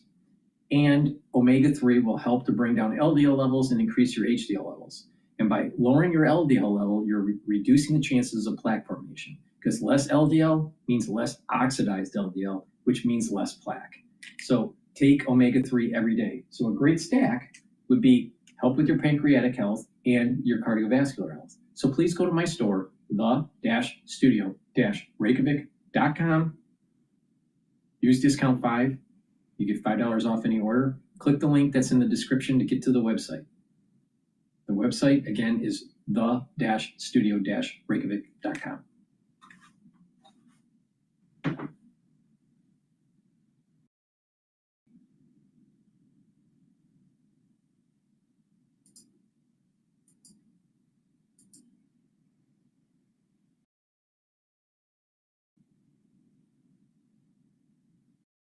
want to play this Fox Business video here. And has sort of agreed to the terms. They're not going to make out, I call it in a friendly way, nuclear dust. We're not going to be making any nuclear dust in Iran. And we've been strong. I want them to succeed. I want them to end up being a great country, frankly, but they can't have a nuclear weapon. I think we're getting close to maybe doing a deal without having to do this. There's two steps. There's a very, very nice step, and there's a violent step. The violence like people haven't seen before. And I hope we're not going to have to do this. I don't want to do the second steps. We're in very serious negotiations with Iran for long-term peace. And if we do that, it'll be fantastic. President Trump speaking on Iran at a business roundtable in Doha, Qatar this morning. The country reportedly ready to make a deal on its nuclear ambitions in exchange for sanctions being lifted. Joining me now is former CIA station chief and Fox News contributor Daniel Hoffman. Dan, great to see you. Your reaction? Well, the question is what that deal would entail. Would Iran agree not to enriching uranium anymore? That's been the demand from the Trump administration. And then what, if any, sunset clauses would be associated with the deal? We still haven't heard a lot about Iran's ballistic missile program, as well as their support to proxy terrorists. I think that we're in the position now, a better position than arguably ever before, to strike a favorable deal for our national security. Iran, their defense, air defenses have been destroyed by Israel, and Israel has also decimated Hamas and Hezbollah, Iran's proxy terrorists. We've taken the fight to the Houthis. So there's an opportunity for a deal, but as the president rightly points out, if a deal doesn't get made, then we have that threat of military action that we may have to use. Well, should we be trusting the Iranians when they say we're willing to do a deal and perhaps not enrich uranium? Well, definitely not trusting them. To sort of paraphrase President Reagan, I guess I would say rather than trust and verify, I would mistrust and verify. We're going to need a lot of inspections and a lot of people on the ground to ensure that Iran is complying with whatever deal that we agree to. Yeah, and of course, President Trump knows that. But let me get your take on the big meeting today in Turkey. Ukrainian officials meeting with Russians in Istanbul this morning for discussions on ending the war between those two countries. Ukrainian President Zelensky said to be there. Russian President Vladimir Putin says he's not going, but he sent a junior delegation of advisors. Zelensky described that move as decorative. President Trump is not attending. Watch this. Oh, I didn't anticipate. I actually said, why would he go if I'm not going? Because I wasn't going to go. I wasn't planning to. I would go, but I wasn't planning to go. But we have people there. Marco, as you know, is doing a fantastic job. Marco's there, Secretary of State, and we have people there. But I didn't think it was possible for Putin to go if I'm not there. Dan, what can come out of this meeting, do you think? And what is your take on the fact that Putin won't even go? Yeah, so the original discussion was about Putin and Zelensky meeting, and President Trump rightly said that he would show up and join those meetings. Putin deliberately sent, as you said, a junior delegation led by his presidential aide, Vladimir Medinsky.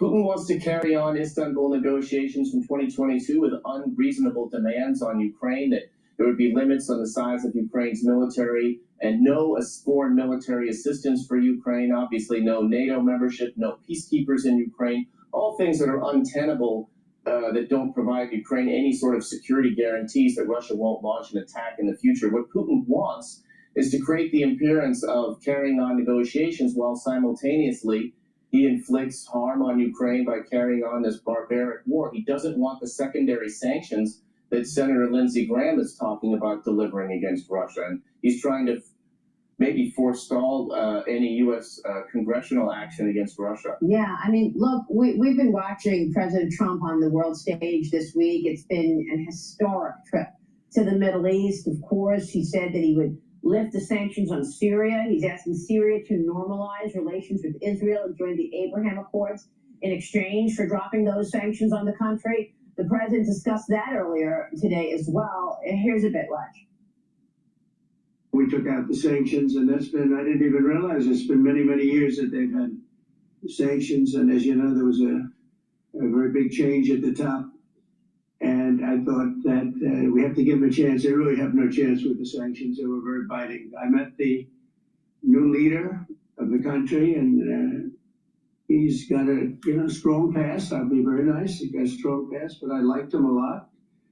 I think he'll be a great representative, and we'll see. We're going to give him a fighting chance by taking off the sanctions.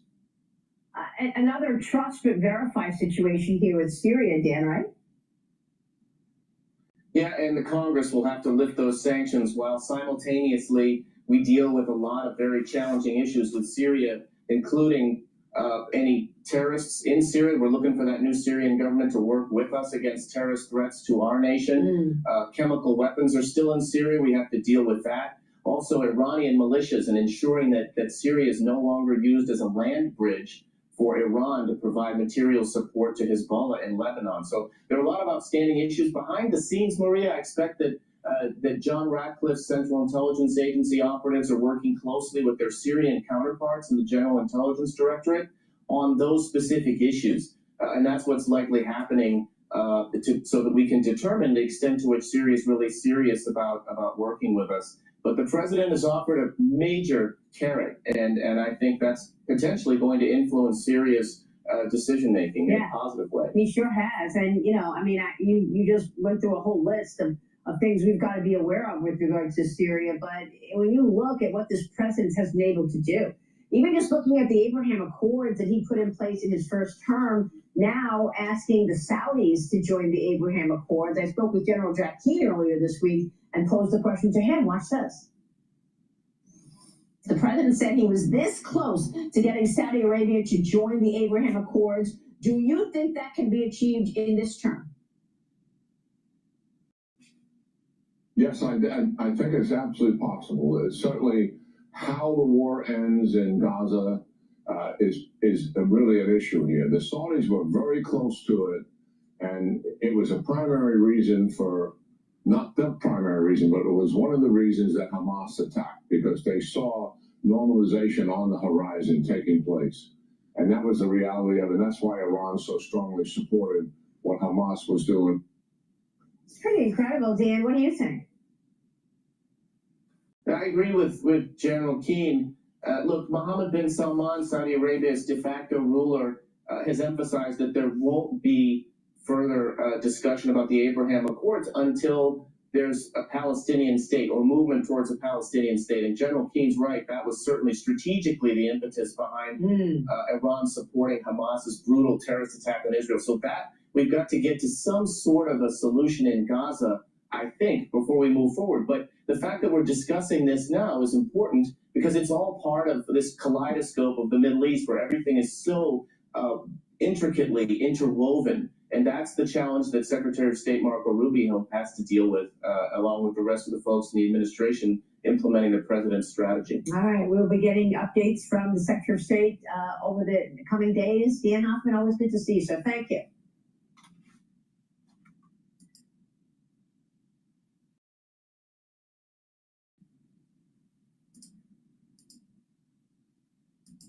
Like that. Walmart stock, that's falling after warning price increases are coming. Did Sporting Goods buy Foot Locker? The price tag there, $2.4 billion. That has Foot Locker surging today. Shares of Foot Locker up close to 85%. Barbara Doran at DB8 Capital Partners says, you know what, the tariff uncertainty, that is still looming large over what has become an expensive stock market. 21 PE, we're back to that, up from 18 times just a month ago. So I think the market takes a cost. And I think with the uncertain, people are taking their eye off the ball in terms of the trade tariffs are still there. And right now, the blended rate is probably about 17.8%. And right now, the S&P 500, 11 points lower. That's down 0.2%, 58.81 on the index. The Dow Jones Industrial Average, 74 points lower. That's down 0.2. The Nasdaq 100, 67 points lower, down 0.3%. Yields are falling. The 2-year is down to 3.98. That's down 6 basis points. The 10-year, the benchmark, down 7 basis points. And that is at 446. And we check the markets for you all day long, right here on Bloomberg Radio. I'm John Tucker, and that is your Bloomberg Business Flash, Isabel and Paul. All right, John Tucker, thank you so much. We appreciate that. Isabel Lee sitting in for Alex Steele. She's down in some oil refinery somewhere on the Gulf Coast having fun. I'm Paul Sweet. We're live here in our Bloomberg Interactive Broker Studio. We're streaming live on YouTube as well, so check us out there. Let's take a look at some of the stocks on the move today. I'm Paul Sweeney with Isabel Lee, and we're joined by Bloomberg's Christine Aquino. Hi there, Paul. Well, let's talk about Steris, shall we? Because that stock is rocketing today. That's up more than 8% at the moment. And it's a provider of infection prevention products. They just reported their earnings for the fourth quarter. Life sciences revenue, that was really the headline there, that the average estimates. And 5% of their analysts are noting that its operating margin and earnings finished on a high note. Also, the fact that its full year guidance for 2026 is bracketing street estimates shows that's a nice starting point for its ability to absorb the impact of tariffs. What about DeER? This stock is also surging. Yeah, it is as well. So that's extending earlier gains. It's now up nearly 5%. So doing well today. We don't talk about this much because, it's a maker of tractors for farms. That's not particularly eye-catching on any other day. But today it is because it surged to a record. Its earnings beat the highest of analyst estimates. It did, however, trim its profit outlook for the year. As we know, the farm economy has been challenged. Tractor sales have been trending lower, but most investors are expecting the market to bottom out this year and a rebound in 2026. And looks like DeER is perfectly positioned to capitalize on that. All right, what else you got for us? Looking at T-Mobile as well, that stock is up nearly 3%, up 2.8% at the moment. And it's getting some good news from overseas, actually, because it operates at Deutsche Telekom over in Germany. And that company reported first quarter profit that topped estimates, which really is seen as a sign of resilience in its home market. It also raised its EBITDA forecast for the year, which reflects a similar move by T-Mobile in the U.S. when it reported its own results for the first quarter last month. Are any of you T-Mobile users? I used to be, but now I'm Verizon. You're Verizon. I'm Verizon too. I'm Verizon. JT? I have to check. I'm not really sure. No, Verizon. Yes, I do have a phone. It is confirmed. I got rid of the BlackBerry. Okay. Verizon. Very good. All right, so you got the T-Mobile. A lot of people, Charlie Pullett is a T-Mobile user and swears by it. It's really, I don't see any difference. It's frictionless for me as long as I get to keep my mobile. I used to be T-Mobile, but then the head of the family said, let's move. Okay. Very good. All right. Yeah, speaking of head of the families, we are Verizon people. For more conversations like this, subscribe to our new Stock Movers reports. Listen to 5-minute audio reports on the biggest winners and losers in the stock market. Subscribe to Stock Movers on Apple Podcasts, Spotify, or anywhere you listen. Let's check with Mari Shore. She's a senior equity analyst at Columbia Threadneedle. She's up in Boston. We'd love to talk to her when we get the retail sales number. She really spends a lot of time looking at the retailers, the consumer, that kind of thing. So a real helpful voice to us. Mari, what did you make of the retail sales here? I mean, I guess there's some noise here about. There's definitely a pressure on natural gas. It's selling now below 3.4. So natural gas is selling off, and oil is trading at 61.34. There may be a buying opportunity if it breaks 61.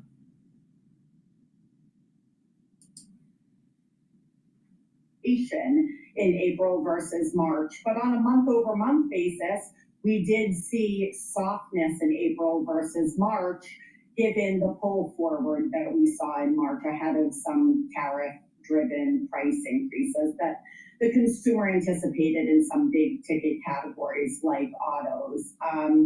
And, when I look and really step back and just getting off of Walmart's earnings call, I think their tone on the consumer is very consistent. Obviously, tariffs are creating a lot of noise in the spending trends, but, in their words, the consumer is still very focused on value and speed of delivery. And that is what we've been seeing for years now coming out of the pandemic. I'm glad you brought up consumer because for Walmart, we saw traffic, which is the number of shoppers, less of a boost to the figure than ticket. What does that tell you? That maybe there are less shoppers, but they're buying more expensive things, or at least higher amounts of tickets? Well, Right, so that could either say they're coming in less frequently, and when they are in, they're buying a lot more, right? They're stocking up more, or to your point, they're buying more expensive things. But we did see relative weakness in their general merchandise category. We saw like their, food category is up mid-single digits. Health and wellness was up high teens. A lot of that is GLP-1s.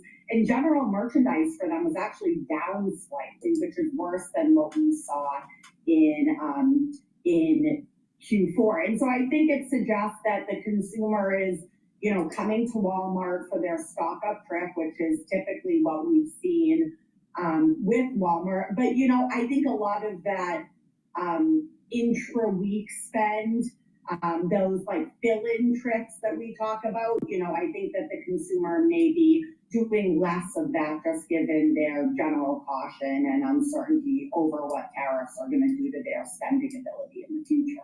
Hey, Mari, when you speak to the retailers that you talk to across your coverage area, what's the feeling today in terms of how much they want to pass through to customers versus how much they're willing to kind of take in their margin here?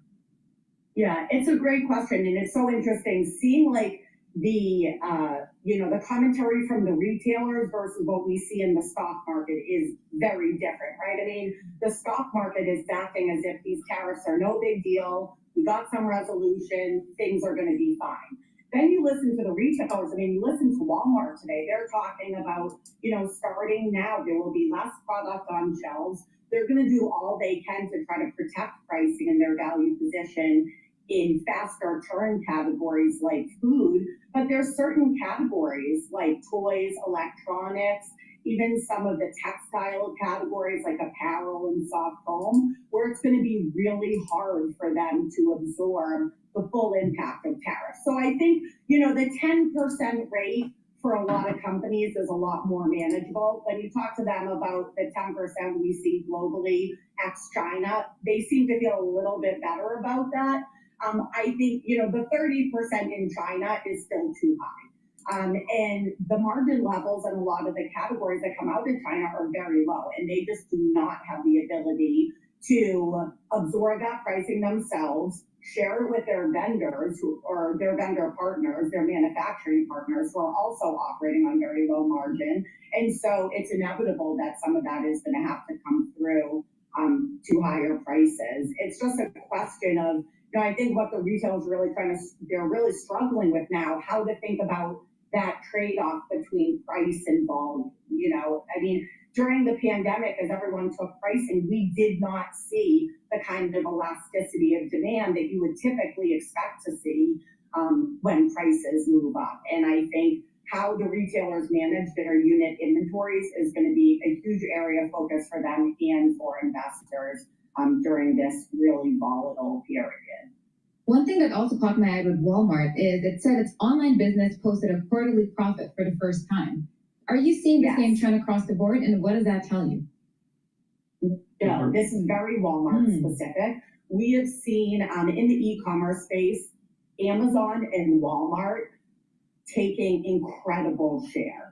And so when you listen to Walmart, and they've been kind of alluding to the fact that they were nearing this inflection in profitability for some time, I think it's really coming from two things. It's coming from the scale that they are now seeing as that business has grown so much. And also they've talked about how consumers are increasingly willing to pay for delivery, for expedited shipments. So if you're making dinner tonight and you realize you forgot a certain spice, you could pay $5 to have Walmart deliver it to you in the next hour. And in those cases, the consumer is more willing to pay for delivery. And I think that's something Walmart had not expected. But it is a key, I think, part of the reason why they are able to achieve e-commerce profitability. They also have, of course, the benefit of the growth in the marketplace and advertising and fulfillment services and membership, all of which are higher margin and are really starting to move the needle for them, as we see with Amazon. But I think Walmart and Amazon are in a league of their own as it relates to what they're seeing in e-commerce. both in terms of the growth that they're putting up in that business and the profitability that they're able to achieve.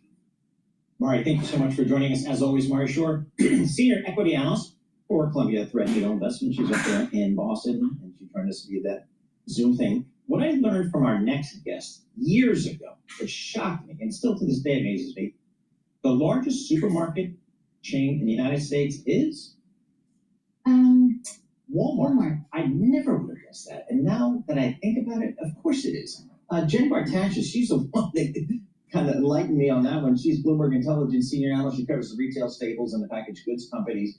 So, Jen, I'm thinking in a world of tariffs, and I'm worried about if I'm a retail investor, kind of the margins my retailers, like a Walmart, might have. Having the grocery store business as a traffic driver, that's got to be a good thing. Did we see that in Walmart's numbers today?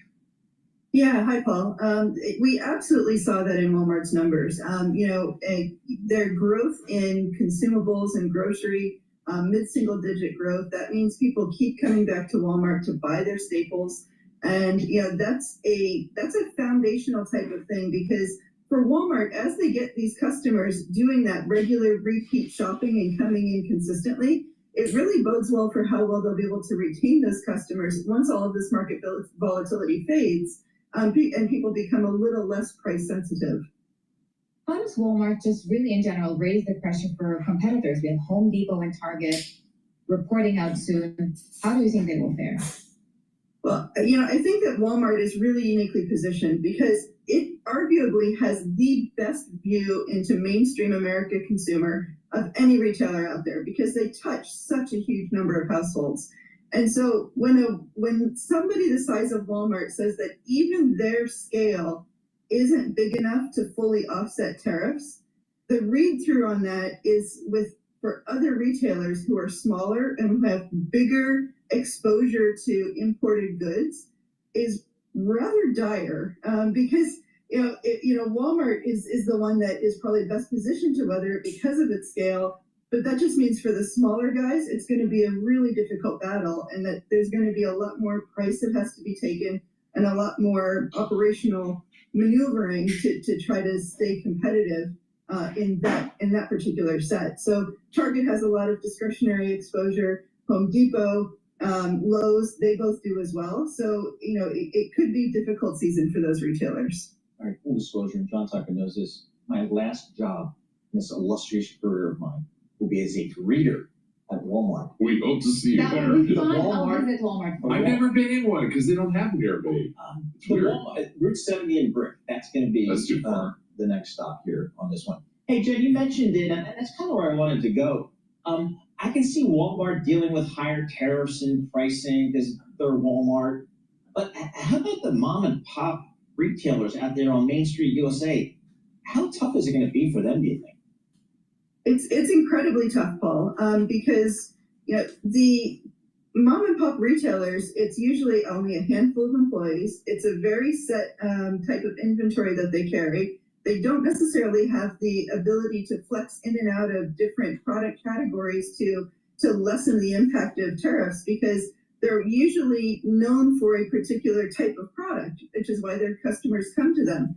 And so they're very reliant also on getting goods either directly or through third parties that are imported. And so there's just very little room in their operations to be able to offset the power of what's coming, or the pricing that's going to come with these tariffs. And we've heard anecdotally small businesses that are just saying they've had to lay off employees already. There could be greater ramifications, in terms of unemployment and things if small businesses are impacted to a large degree, should this tariff situation persist for longer than we're expecting. Yeah, you bring up a good point, because they have CFO John David Rainey saying the range of outcomes is pretty, quote, extreme, and it is. How has Walmart, have they hinted on how they're preparing for it? I mean, we know that they're a good barometer of the U.S. economy, and they're really, really huge, but they must still be impacted by tariffs. Absolutely, they definitely will be impacted. But part of where their advantage is that the company has been investing for some time behind technology like AI. And AI has across retail, but especially for those retailers who've had the time and the balance sheet to invest in it, gives them a lot of flexibility in their tools for predicting what their need is going to be and for responding quickly to changes in their supply chain. So, that investment in AI will actually pay some dividends and probably help them navigate the tariff situation more easily. And again, that goes back to the smaller players who don't have that kind of technology support or haven't been able to make those investments. It'll be harder for them to maneuver in that environment. So, Jen, if I'm Kroger or some big, grocery store, and I don't know, Kraft Food comes in and says Cheese Whiz is going to be 10 or 15% higher price to you, Kroger, because of tariffs. How does that conversation go? Who's got the leverage there? Who eats it? Who takes it? How does that go? Yeah, it's usually a combination of a couple of things. So the first thing is that because the grocers all have private label programs, they are very, very well informed on what cost of ingredients are, which ingredients are being imported, packaging costs. So when a counterpart from a packaged food company comes to them and says, we need to increase prices because of X, Y, and Z, the retailer can call them out if they don't see the same pattern that they're being given as an excuse. Now, then there's a collaboration where ultimately both the retailer and the packaged food company want to, increase the volume sold and make sure that their products are getting in the hands of customers. So when it comes to pricing, usually there can be a bit of a sharing in terms of cost, but most of it does fall under the packaged food company itself. And that comes in the form of having to do promotions, or offering discounts and things like that to make sure that their products are actually moving and that they're generating turnover and that they're then getting some profit out of it. Jen, thanks so much for joining us. Always appreciate it. Always learn something. Speaking to you, Jen Brighteon, Senior Retail Analyst for Bloomberg Intelligence. I mean, Jen had a real career at Bloomberg. She was managing departments, managing a bunch of people, global data. And then we asked her, 15 years ago, hey, come to Bloomberg Intelligence. We think you'd be a really good analyst. And she did come over, she accepted, and she's been great. And now she's one of the leading voices on retail. So another success story coming out of Bloomberg Intelligence. eToro. That's amazing. That's a cool platform here. Went public yesterday. Stock had a great IPO, right? It did have a great IPO. I actually went out 5 years ago. I was already talking to Yoni, and it was amazing because it grew so much in the past 5 years. And look, now yeah, they're so buying. eToro, ETOR, went public yesterday, surged about 29%. They upsized the deal. There are more shares, higher price, stock trading higher. It's up about 3% today, giving back, but just a real solid IPO, a solid growth story. And it's something that a lot of market investors are looking to say, hey, we get a little bit of a rebound in this market. Let's see some IPOs come to the market, because a lot of them were pushed off during some of the volatility of early April. And now some of those IPOs are coming back. Coming up right now, we're going to check in Yanni Asia, the eToro CEO, speaking in just moments with Bloomberg Television anchors Ed Ludlow and Caroline. I talked about the business, the IPO, the future of financial services. Again, eToro, a really unique financial platform for global financial services. Yanni Asia, eToro CEO with Bloomberg Television. Let's listen. We want to welcome our worldwide TV and radio audiences. We look at shares of an investment platform, eToro, stabilizing a little bit after a pretty hyperbolic debut in public markets. Yesterday, the competitors of Robinhood began publicly trading at $52 a share. The upsize IPO raised nearly $620 million for companies and investors. We're joined now by eToro's CEO, Yoni Asia. Yoni, for both Caroline and I, it's a little bit of a sort of full circle story, because I'd say over the last decade or more, eToro is a company we've probably most consistently talked about. Finally, you've gone public. Actually, when shares started trading, it was well above $52. How does that feel for you? It's an amazing feeling.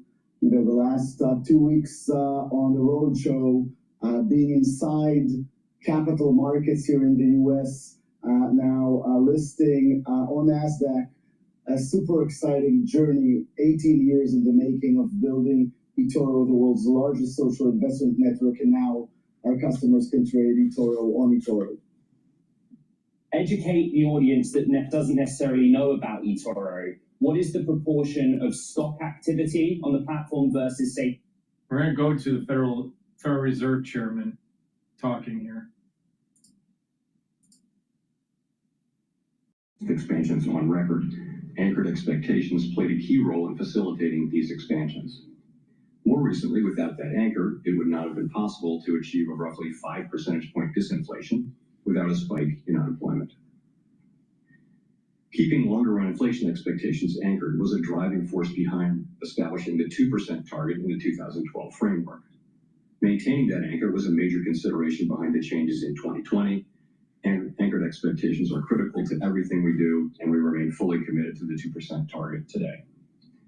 In the current review, the committee is engaged in discussions about what we have learned from the experience of the past 5 years.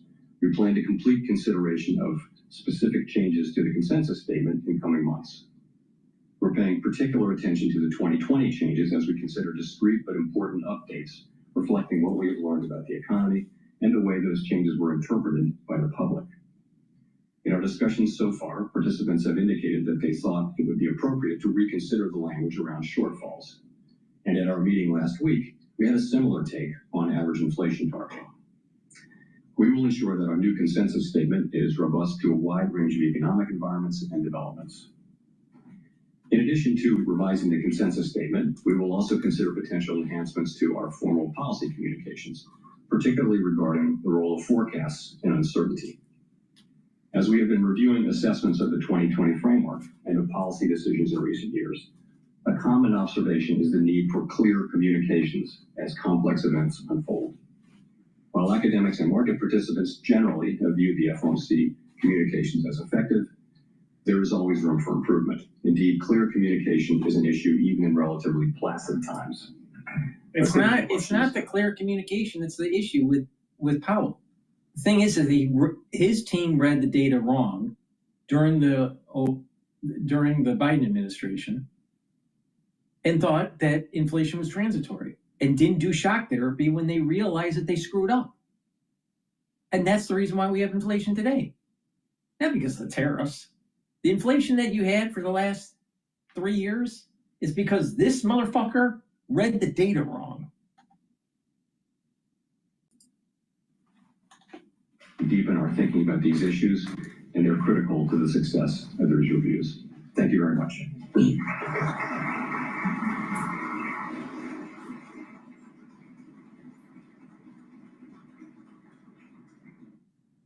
All right, Federal Reserve Chair Jerome Powell there a little bit earlier this morning speaking at a conference, and you did hear him mentioning here tariffs, impact on inflation, all of that, again, airing a bit earlier this morning, but we did want to share it with you here on Live Napa Fox.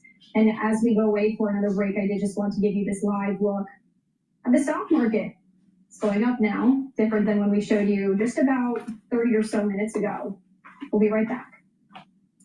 All right. So what we have here on the S&P 500 is 5,895. VIX is trading at 1842. Euro USD is trading at 1.11. Oil is trading at $61.42 a barrel.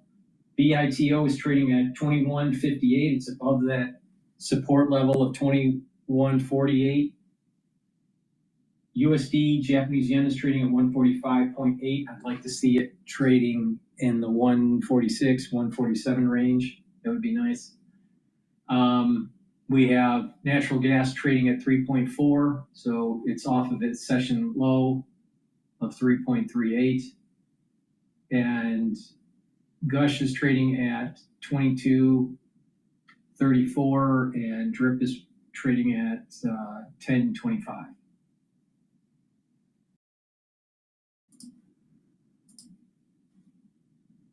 Oracle, attention growing businesses. Oracle offering to cut your current cloud bill in half if you move to Oracle Cloud Infrastructure. This is for new U.S. customers with minimum financial commitment. See if your company qualifies at oracle.com/Bloomberg.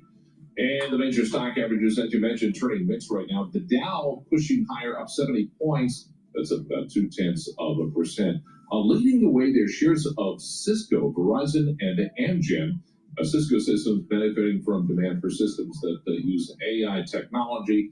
The company issuing a pretty solid forecast for revenue in the current quarter. Cisco also helping push the S&P 500 higher, That's up, well, just 3 points, but it is higher. Along with shares of Steris PLC. This is the provider of infection prevention products. They reported their life sciences revenue for the fourth quarter that beat the average analyst estimate.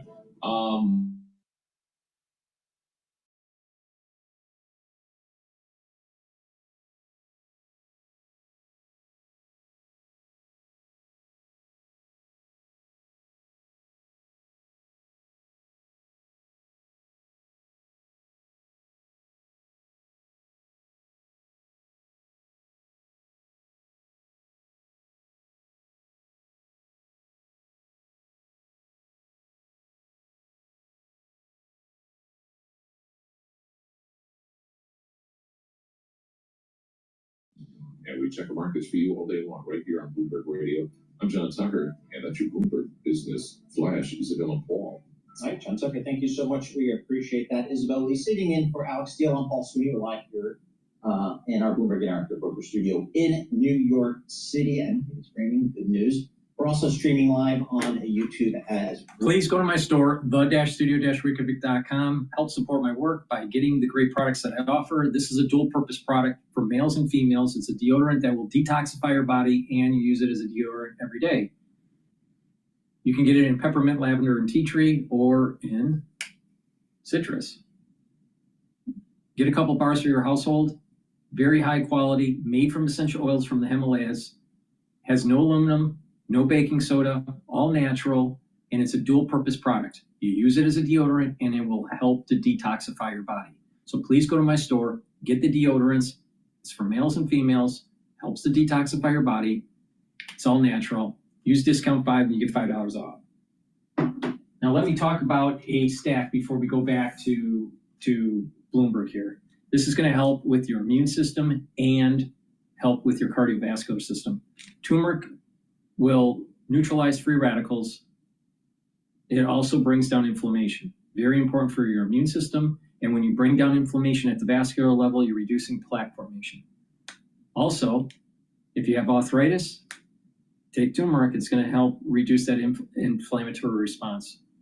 So please go to my store, the-studio-reykjavik.com.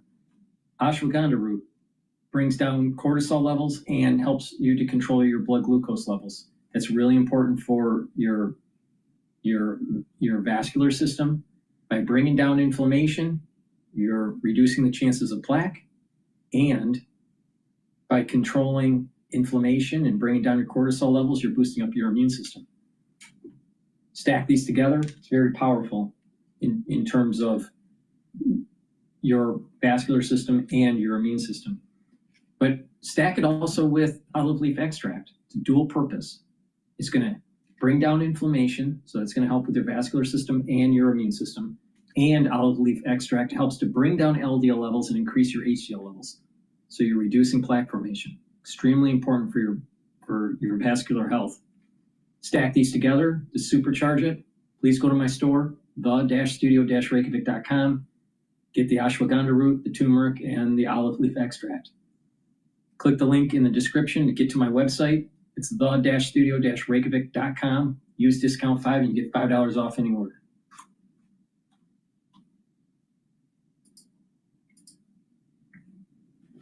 Some other news right now.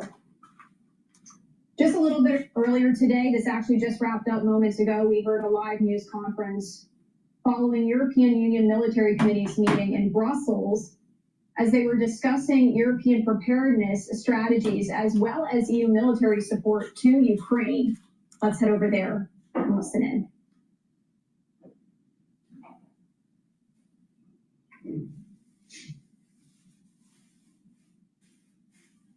Become even more successful. This brings us to the broader question, where is Europe headed to? The white paper for European Defence Readiness 2030 lays out several scenarios for the Union's evolution. We don't need to hear this. We don't need to hear this because we know where Europe is going. It's going straight to hell. Let's go to Bloomberg.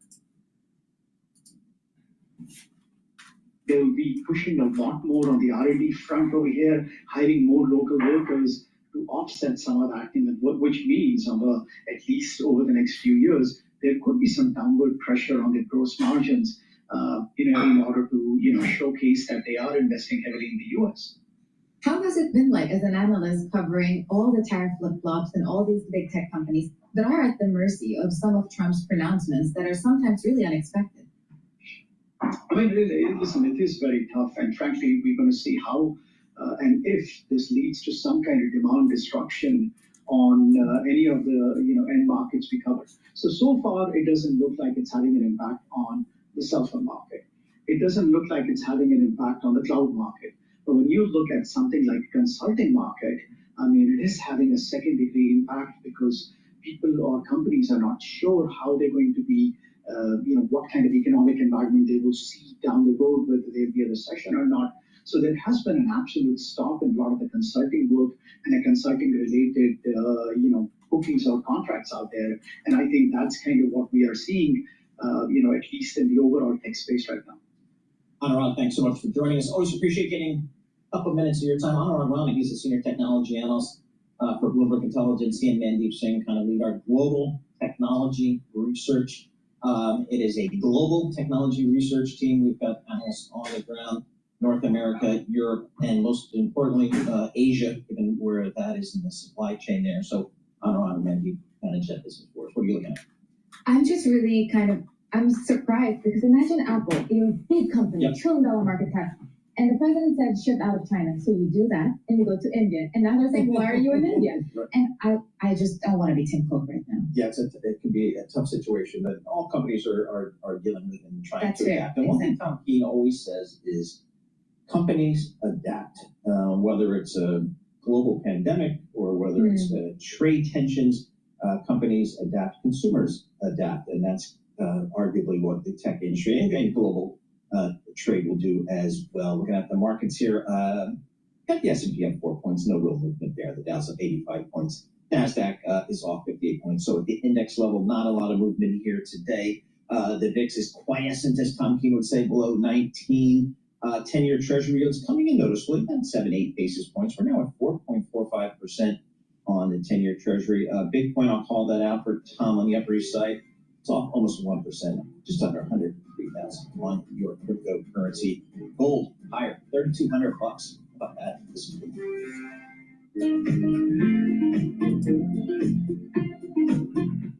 BITO is now trading up, and it's trading at 21,675. Again, the support level is 2148. All right, let's take a look at. I'm kind of surprised we really don't have any audio with Trump's trip yet in UAE, unfortunately.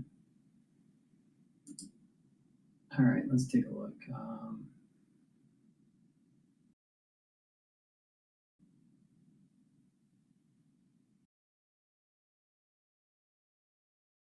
Let's see here. FEMA is not ready for hurricane season. Scary.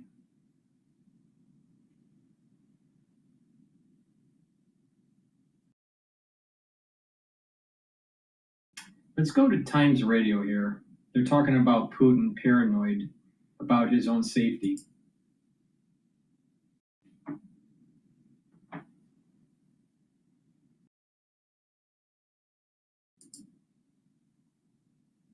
That's where we brought in HP. To the surprise of literally no one, Vladimir Putin will not show up for peace talks with Ukraine in Turkey. President Zelensky has accused Russia of sending stand-in props in his place. What else is on the Russian leader's mind? A think tank, the International Institute for Strategic Studies, warns Putin could rebuild his military and invade a NATO country within just 2 years, if a ceasefire is agreed in Ukraine. This is also something that a Washington military analyst suggested to me on yesterday's show. Let's speak now to Colonel Hamish de Bretton-Gordon, the former commanding officer of NATO's Rapid Reaction Battalion. Colonel de Bretton-Gordon, welcome to the show.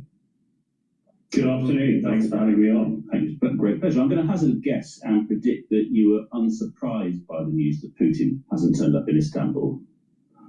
Yeah, no, absolutely. And I've been writing about it this week. I think that there are a whole host of reasons why it hasn't, probably front of which he's absolutely paranoid about his own safety and flying outside Russian airspace and going to somewhere where his very extensive security apparatus could not protect him.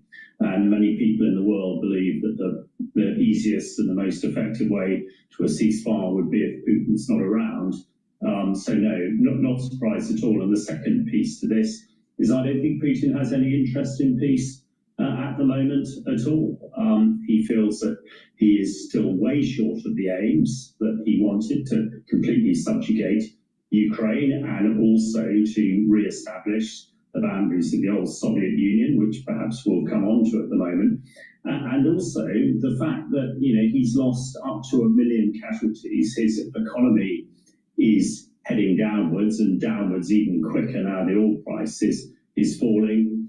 So that if he doesn't achieve at least his aim of subjugating Ukraine, I don't suppose his future as the leader of Russia will be very extensive.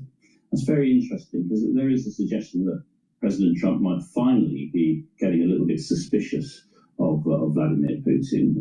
We wait to see that. He's told reporters on Air Force One that nothing is going to happen until Putin and I get together. I mean, do you think they will get together at any point, and what would likely happen then?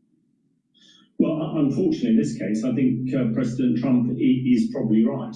He is the only world leader with the military heft and financial heft, as it were, to drag President Putin to some sort of negotiation table. The Russian leader knows actually that the American military might is so much greater than his own that that could really sort of end things. And he also knows that Trump has the ability to turn various financial and trade switches on and off, which will cripple his economy, which at the moment is on a war footing and enabling him to build tanks and ammunition. But if the oil price continues to fall that Putin is absolutely relying on, even he cannot make ammunition on thin air. So I think actually now we're seeing Trump probably does hold the cards, and let's hope that he can go and see or get Putin to see him, which seems the most likely way that we're going to get a ceasefire, certainly in the near future. Well, quite. I'll get to one of the reasons. I think I'm right in saying that your view is that even if Putin knows he must avoid invoking Article 5 of the NATO Treaty, which of course deems an attack on one member state to be an attack on all. But the International Institute for Strategic Studies doesn't seem to think so. They suggest that he might actually go that far. Well, I'm not sure. I mean, the IISS, one of the top institutions in the world, and they've got a lot of very clever people looking at this. Their report, as detailed in the Times today, is very much sort of worst case, and also picks a number of assumptions that then leads them to this particular position. When it comes to Article 5, I think that it would be a failed assumption for Putin to take that particular line. I also question whether Putin could rebuild a force that would, in this hypothesis, attack into the Baltic states. He might, the report also says that he is churning out a lot of tanks. What the key failing of the Russian army at the moment is it's unable to train. And in order to train to be effective in what we call combined arms warfare, that's with tanks, drones, aircraft, artillery, all working together, you need to do a lot of training. When I trained my regiment, it took about 2 years to get to that sort of stage. So, on training alone, I doubt that the Russians, and this is the basis, as you said earlier, that we have a ceasefire now, and they're completely, unfettered, unaffected by anybody in developing this. We've only seen last week the alleged Russian build-up along the Finnish border, but actually, if you look into it a little bit more detail, certainly, the Russians are building a few bases up opposing the Finnish border, but actually they've got no equipment to put in it, no manpower to put in it. And if they look west at the Finns, there's over 1 million men and women that are trained and ready to defend them. So I think the IISS report is very important. It's very key and it's timely. but the assumptions used are absolutely the worst case, and it presupposes that we in the West do absolutely nothing. It also suggests that we in the West need to spend more money on our defence, and absolutely that is exactly what's happening. Even this country that has been very miserly in spending on defence. It's hard to put into words the horrors that we've witnessed every day during our time here. Entire families come into the emergency department injured. Very miserly in spending on defence is increasing to 2.5 and then 2.7%. So again, where Putin, when he looks west now, hopefully is seeing a much more determined defence than he did when he looked west 3 years ago. Well, it's nice to end on an optimistic note. Thanks very much for your time. That's Colonel Hamish de Bretton-Gordon, former British Army officer, with his views on what's happening with those, well, non-ceasefire talks at the moment, I suppose they are, between Russia and Ukraine in Istanbul. The level of the threat has increased. We've seen this throughout those 3 years since Russia launched its war of aggression against Ukraine. And we see the threat rising beyond Ukraine. And I want to highlight the importance of what happened in Estonia, where for the first time, Russia responded to economic sanctions by members of the alliance with military action. This is a testament to the level of the threat that we're facing on the eastern flank of NATO. If Russia is tampering with the Estonian Navy 3 days ago, this is precisely because our sanctions are biting. They're biting Russia, because as you remember, what happened in Estonia is that the sanctioned oil tanker was being stopped by the Estonian Navy, and Russian jet fighters came across to basically threaten the Estonian Navy not to stop a sanctioned oil tanker, an oil tanker used by Russia to circumvent those sanctions that we applied on Russian energy. So these sanctions, they are already very strongly affecting the Russian economy. We estimate that our sanctions cost Russia 400 billion euros, which is worth 3 years of military spending by Russia. But we want to go. But he's facing an empty chair, the chair of Vladimir Putin, who actually suggested direct discussions between Ukraine and Russia, but who is not present here in Turkey today, despite of the fact that President Trump expressed his willingness, availability to facilitate those discussions. Of course, Vladimir Putin sent a low-level delegations in Turkey today because he wants to avoid the massive sanctions that the US, Europeans are preparing to force him to enter into peace negotiations.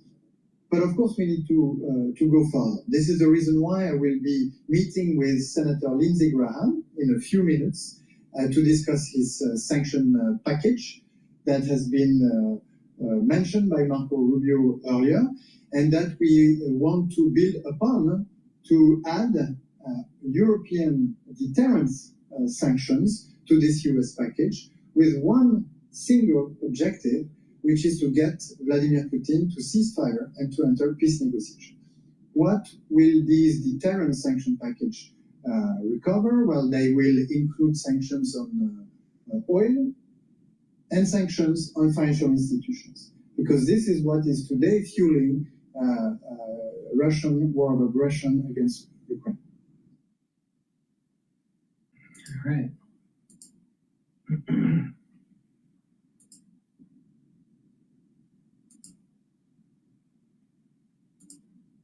There's DIY. Please go to my store, the-studio-reykjavik.com, and follow this advice that I have about proper sleep. It's really important. There are too many people in the United States that have chronic sleep deprivation. That's very bad for you, all right? Speeds up your aging process, and you are increasing your chances of early onset of dementia. Now, if you take Goodnight Formula, you're gonna get into 3 cycles of REM sleep and deep sleep. That's very important for you to be able to detoxify your central nervous system, to be well rested when you wake up in the morning, and consolidate memory. If you are sleep deprived, you're not consolidating memory. Your memory is declining. So it's very important to take goodnight formula. When you are sleep deprived, you also have elevated cortisol levels, which does damage to tissues and suppresses your immune system. So it's really important to get good sleep, to slow down the aging process, to boost up that immune system, to detoxify your central nervous system, to consolidate your memory, and to be well rested. So take the goodnight formula. It has tryptophan, melatonin, GABA, and passion flower to be able to get you into those 3 cycles of REM sleep and deep sleep that will help to detoxify your central nervous system, consolidate memory, and to be well rested. Very important to take. Take it every night. Now, let's talk about structural nanosilver toothpaste. The structural nanosilver toothpaste is the best toothpaste that you can buy. You can't buy anything better than this. Bar none, this is the best toothpaste. So go to my store, get a few tubes of this toothpaste. It's made from structural nanosilver. It'll whiten your teeth, freshen your breath, reduce inflammation at the gum line, help to improve the health of your gums, neutralize the bacteria that causes plaque, and with good oral hygiene, you're reducing the chances of valvular disease and vascular disease. So please go to my store, the-studio-reykjavik.com. Get this toothpaste. It's the toothpaste that I've been using for years. And guess what? Again, use discount 5 and you get $5 off. Now, I have structural nanosilver gels. I have 2 types, in the quick dispenser and in the tube form. Use them the same way for dual purpose. You can use it as an aftershave. You can use it as a daily skincare. You can put it on a wound and it'll heal the wound quicker. And if you're sick or someone around you is sick, put it around your eyes, around your nose, around your ears, around your mouth. Lightly coat your nostrils, put it on your hands, stays active for 5.5 hours. Way better than Perel. Perel doesn't stay active more than 20 seconds.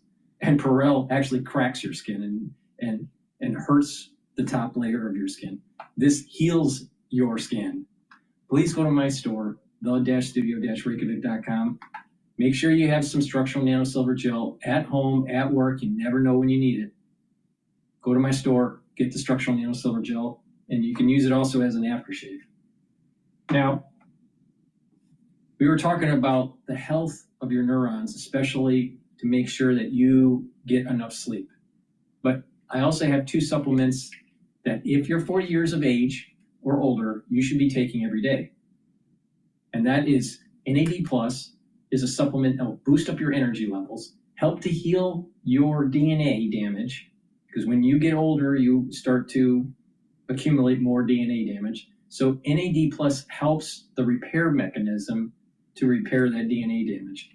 That DNA damage is cellular DNA damage and mitochondrial DNA damage. So take this supplement, it's going to help to repair that DNA damage. NAD Plus also protects neurons. Really important once you turn age 40. So if you're 40 years old or older, you better start taking NAD Plus. So go to my store to mitigate the problems. And ubiquinol. Ubiquinol is the most bioavailable form of CoQ10 that you can purchase. Most people that take CoQ10, guess what? You're taking the wrong type. This is the best. You can't get anything better. Please go to my store, the-studio-reykjavik.com. Get this ubiquinol. It's the most bioavailable form of CoQ10. What does CoQ10 do? It's going to soak up free radicals. It's going to reduce stress on your cells. It's going to help with the mitochondrial health. It's going to boost up your energy levels and protect your neurons. You stack them together, and it's a great neuroprotector. You stack this Goodnight Formula, NAD Plus, and ubiquinol, you're detoxifying your central nervous system. You're getting 3 cycles of REM sleep and deep sleep. You're getting higher energy levels. You're consolidating memory, and you're protecting your neurons. Please go to my store, the-studio-reykjavik.com. Get this stack. Lots of people are going to have neurological problems if they don't pay attention. So, and also do cardio. You want good blood flow going to your brain. please go to my store, the-studio-reykjavik.com.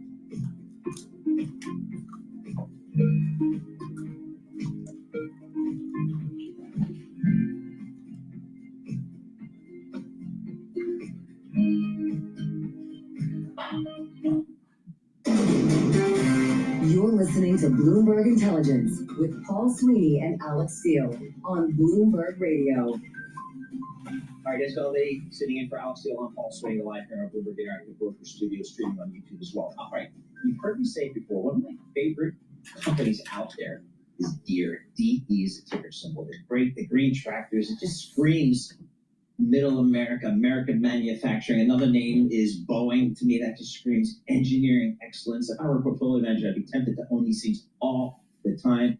But of course, Deere's cyclical. Boeing's got its issues. You got to be smart here. But Deere hitting an all-time high today, $523, which begs the question, why don't they split the stock? But it's up 5% here today, some good numbers. We've got a really good analyst who covers Deere and all this parts of the U.S. economy, these big equipment manufacturers. Chris Ciolino, he's a senior U.S. machinery analyst for Bloomberg Intelligence. I remember when he was an associate.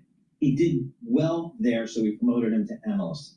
He did well there, so now we promoted him to senior analyst, and he's just killing it. He learned from one of the best in Calvin Hart. Hey, Chris, talk to us about Deere here, because I look at Deere, it's a call on the U.S. farmer. Talk to us about what you learned from Deere with their quarterly earnings here. Yeah, you're too kind, Paul, but really it was a solid print, better than expected margins across the board, margin performance in their production precision ag business, which is really their biggest earnings driver, was particularly strong despite a pretty significant top line decline. So really solid execution in a tough market.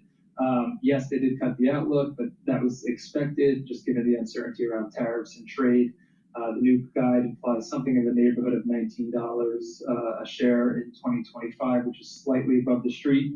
So not as bad as maybe some had feared. And really, I think the big takeaway from these results are that it really kind of further solidifies that earnings will bottom this year, and that I think we're looking towards a cyclical recovery in 26 and beyond.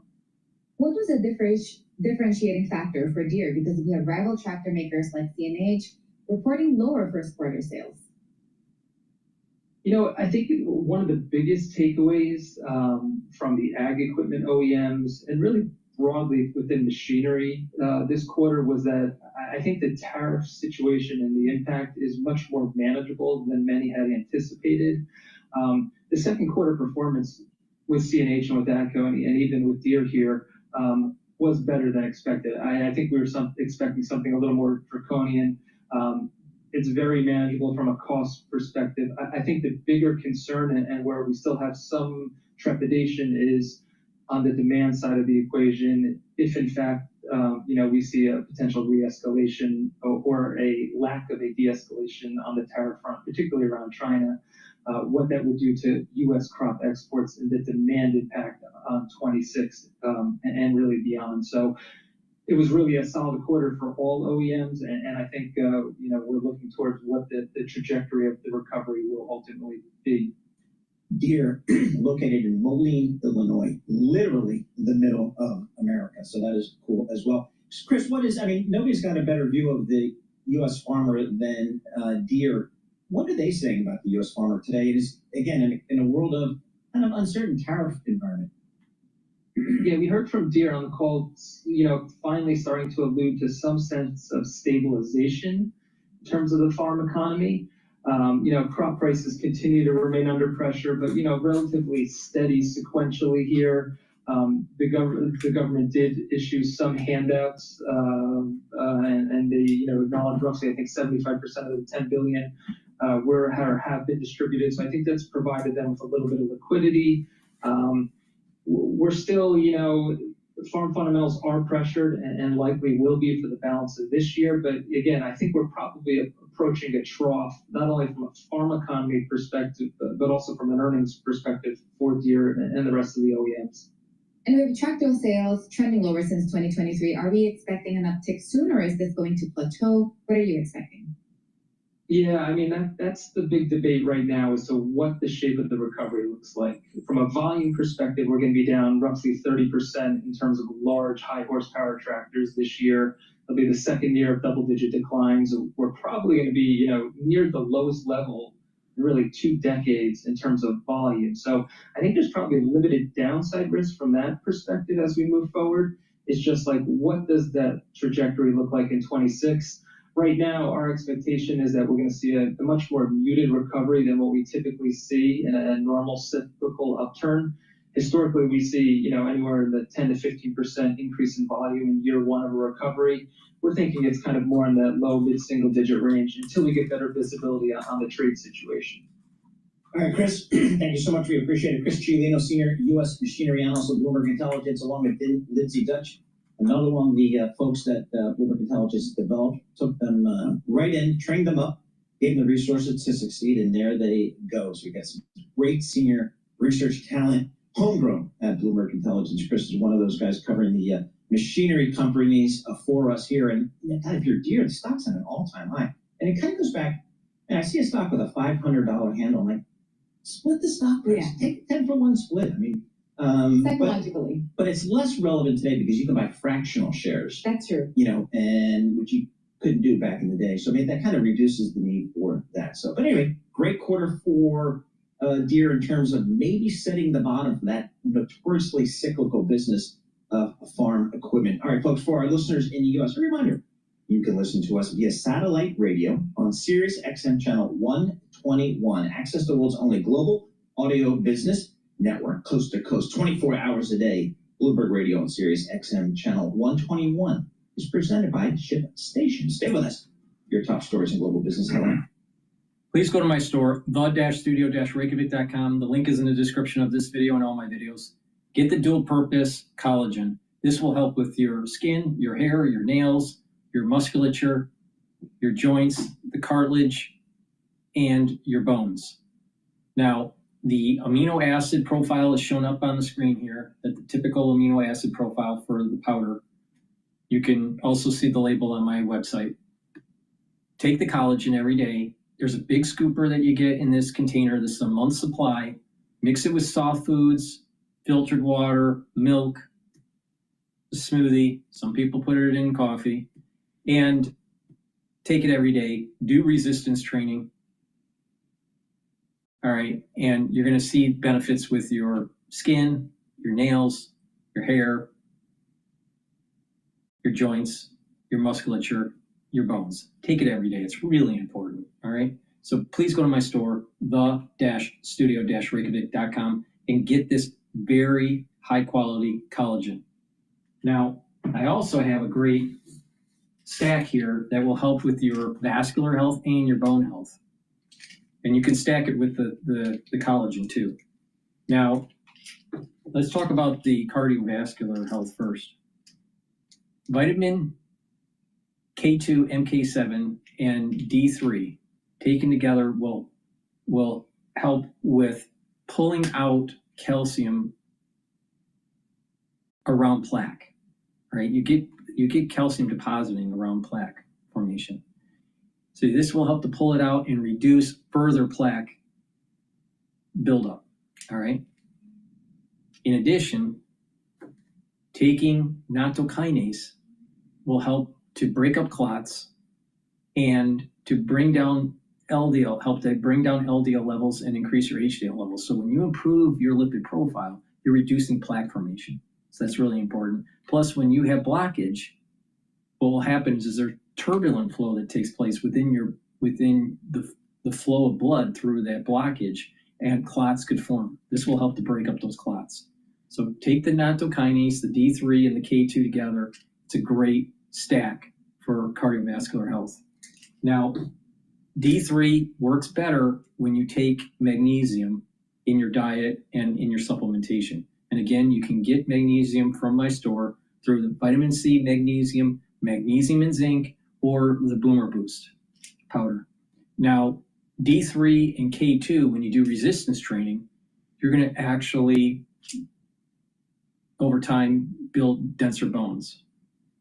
So taking calcium, I drink milk to take in my calcium. Take the D3, take the K2, do the resistance training, and also do this exercise that will help to improve that bone matrix. And that is to put your feet together, bare feet on a hard floor, and do calf lifts, all right? And you're just lifting up, and then on the heel, you come down, but not too hard, and you do that 50 times each day. And you're sending a vibration up through your legs, into your hip, and up through your vertebrae. And by doing that, it's sending a micro signal to actually deposit more bone to stiffen it, all right? So doing resistance training, weightlifting, and this vibrational exercise is really important, all right? That's the little trick. So get the K2, get the D3, get the nattokinase. It's dual purpose. It's going to help with your cardiovascular health. You do resistance training, and you're helping with your bone density. And again, you'll supercharge it with your bone density by taking the collagen too. So please go to my store, the-studio-reykjavik.com.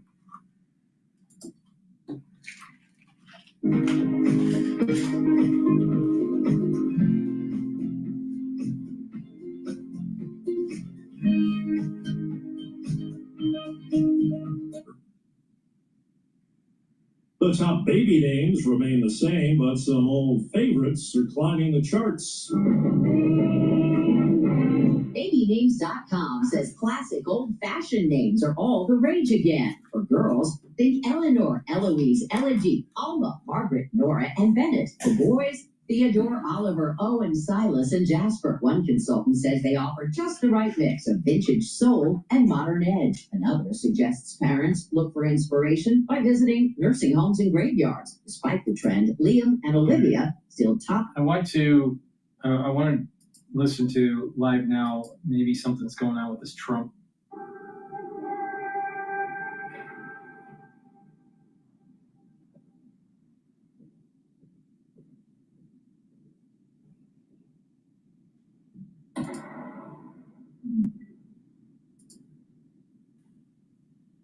Emirates. Let's speak to Hashim Al-Bari, who joins us now on set. Hashim, so we are looking at those live pictures of Donald Trump just before he starts his state dinner. He's in the UAE, the final stop of his tour. Across this tour, he's talked about the trillions of dollars that he has secured from the Gulf states to take back home. But this goes both ways, doesn't it? This is a give and take relationship. Tell us a little about what the Gulf states are getting out of this. So first of all, he has been saying that he has inherited a bad legacy from his predecessor, Joe Biden, and that he's using his own personal relations to build strong ties with the royal families in this part of the world for the sake of bigger trade deals that will be beneficial to the American people and to the American economy. And he's been saying that in Saudi Arabia, Qatar, and then the United Arab Emirates, he was hoping to get deals worth of trillions of US dollars. In the UAE, for example, they have been talking about the potential for an investment of $1 trillion over the next 10 years in artificial intelligence. It means a lot for him. It fits into his own narrative to his own people that he is successful, he's transactional, and he's changing the way to do business across the globe. At the same time, he's hoping to further expand.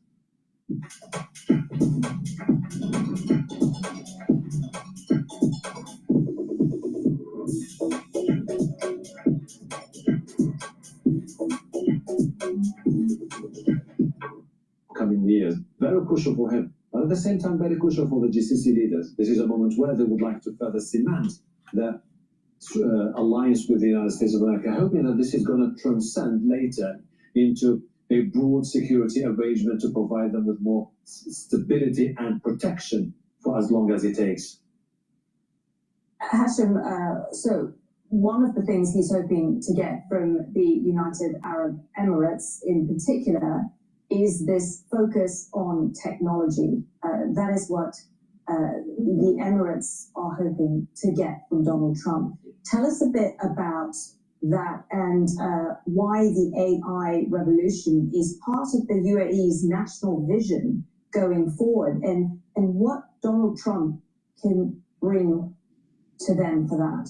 The UAE is an incredibly wealthy nation, which has used the windfall from the export of oil to diversify its economy. So they're pretty much investing through the sovereign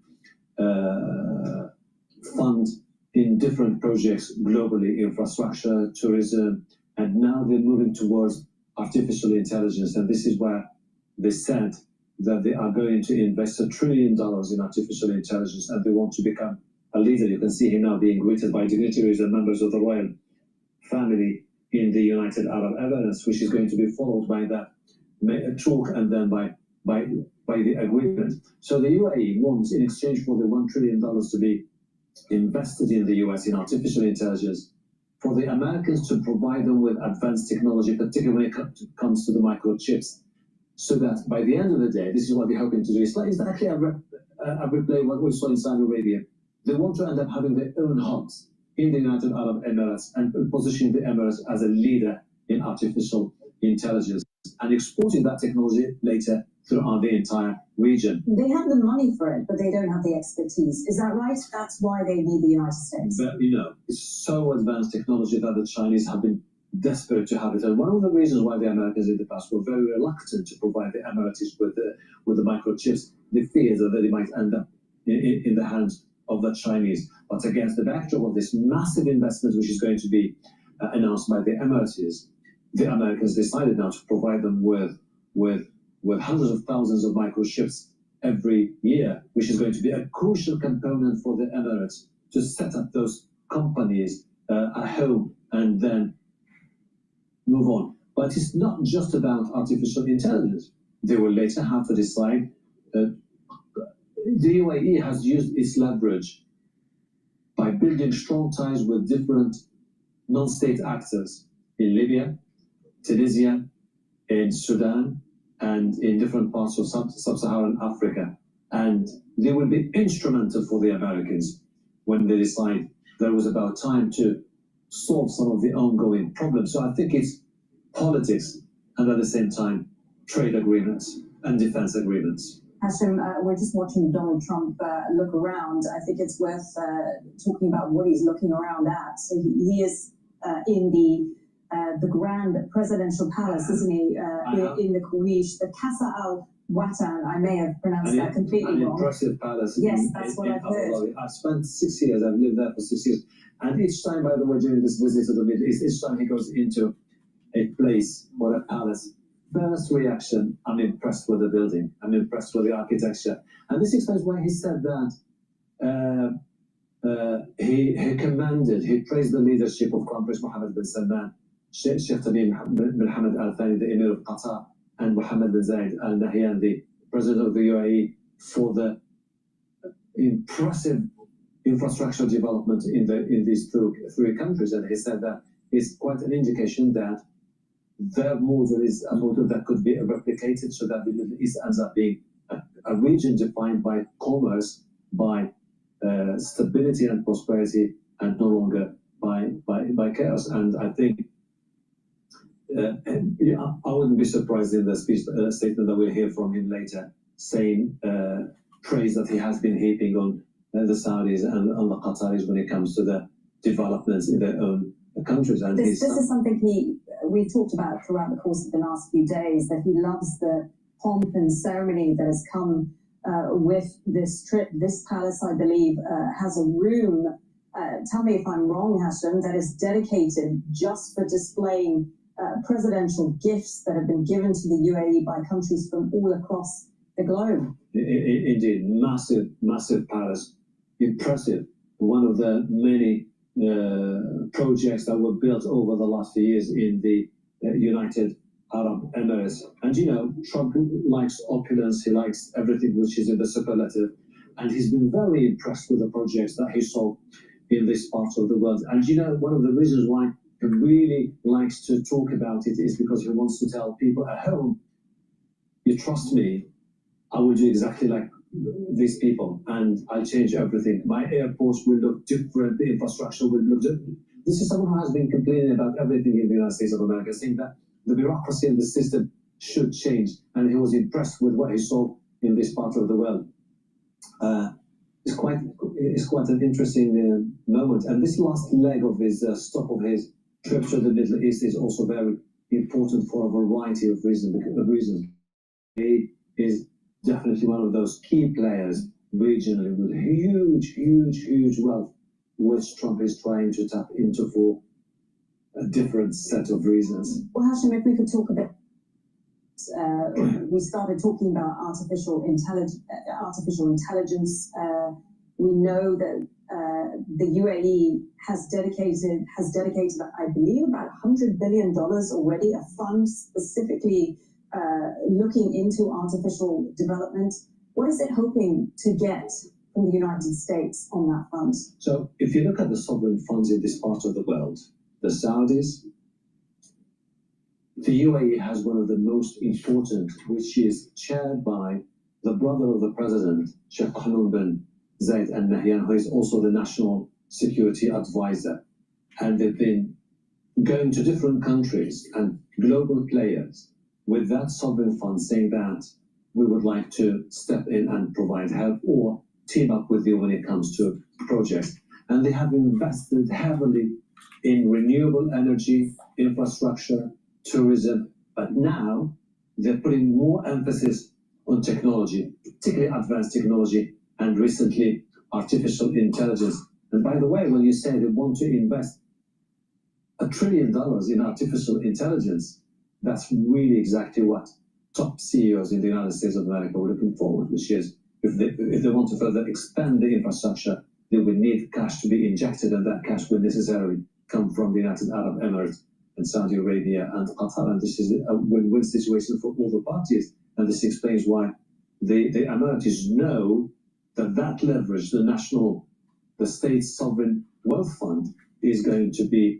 important for them to advance at the same time the interests of the United Arab Emirates, which I said is one of the key regional players because of its been building bridges with many countries, huge political influence coupled with the financial clout. Hashim, I think this is a good point to remind our viewers where what we are watching on our screens. I believe that is a sort of wide shot of the Qasr Al Watan, the Grand Presidential Palace on the Corniche in Abu Dhabi, where Donald Trump is currently inside. He's been welcomed by the President, Sheikh Mohammed bin Zayed Al Nahyan. They are due to hold bilateral talks. This is, of course, the final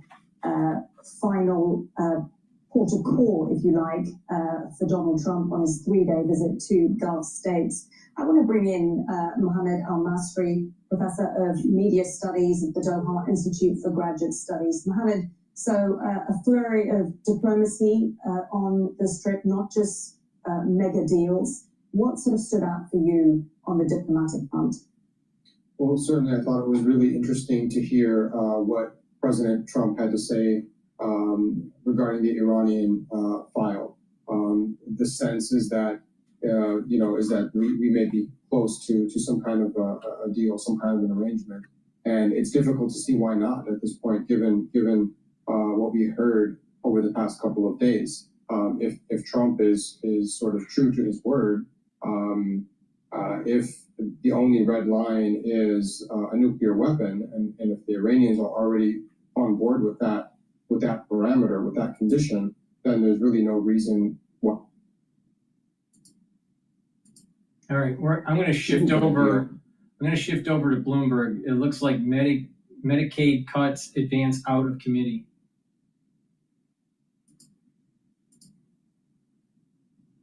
some burden being on states. Now, the baseline they laid out is 5% contributions from states, but then there's a penalty for states that have a history of not being totally accurate in terms of who's eligible for it. That could raise it up to 25% matching from states, and that would apply historically to about half the states in the country. So it's a significant shift towards the burden being on states for funding that. Right.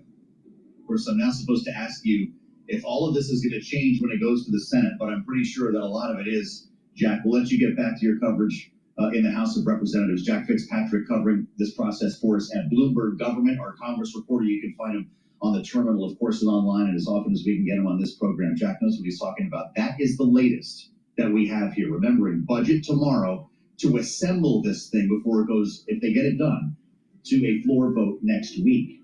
If we get a SALT deal, the earth will shake a bit around here. We'll let you know as soon as it happens, and you know you'll have a red headline on the terminal. I'm Joe Matthew. We'll turn to geopolitics next as President Trump lands in Abu Dhabi. Is straight ahead on Bloomberg. Please go to my store, the-studio-reykjavik.com. Get the Myotrol. Myotrol is extremely important. Once you turn about age 40, you start having problems gaining muscle and maintaining muscle. It's called atrophy.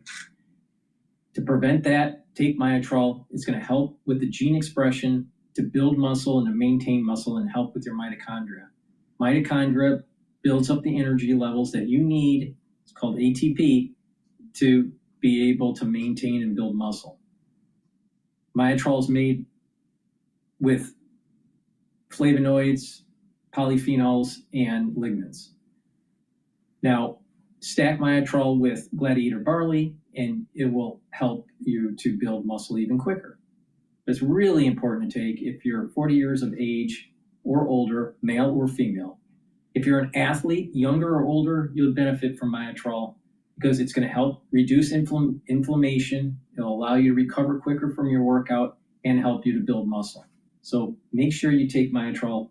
It's a very important supplement, especially for an anti-aging protocol.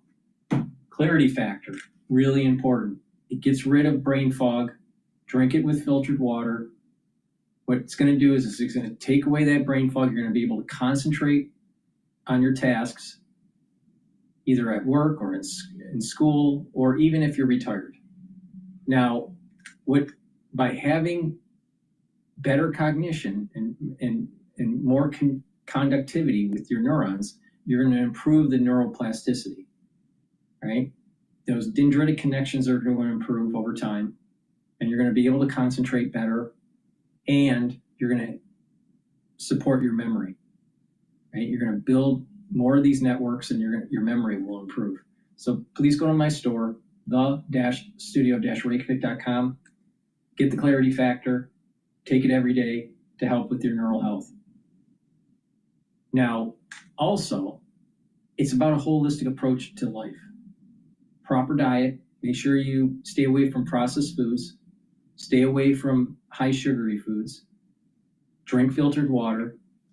Do cardio to get good blood flow.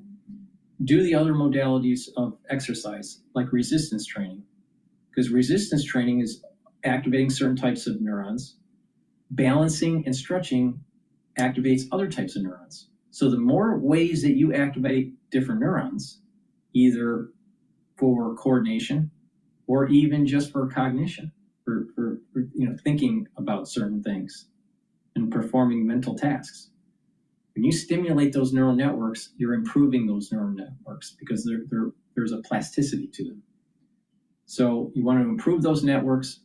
So when you get into your into your geriatric years, you'll have more vitality. So make sure you take Clarity Factor, take it every day, drink it with filtered water. But a great stack to help with your brain, Clarity Factor, and to help with your muscles, Myotrol. Now, we're in the allergy season in the United States, but for the allergy season or the cold season, or even if you're living in an environment where you have poor air quality, the moment you have an irritation in your throat, you want to mitigate it. So take the structural nanosilver drops or lozenges to mitigate that problem. So I have the drops in 100 count per bag in 3 different flavors, in honey and lemon, in blueberry, and also in cherry. It's made from structural nanosilver, very high quality. I also have the lozenges in elderberry and zinc. All right, in a 21 count for each bag. Get a few bags for your household, lozenges and drops. Make sure you have some at work, some at home. The moment you have that irritation, mitigate it right away. Really important.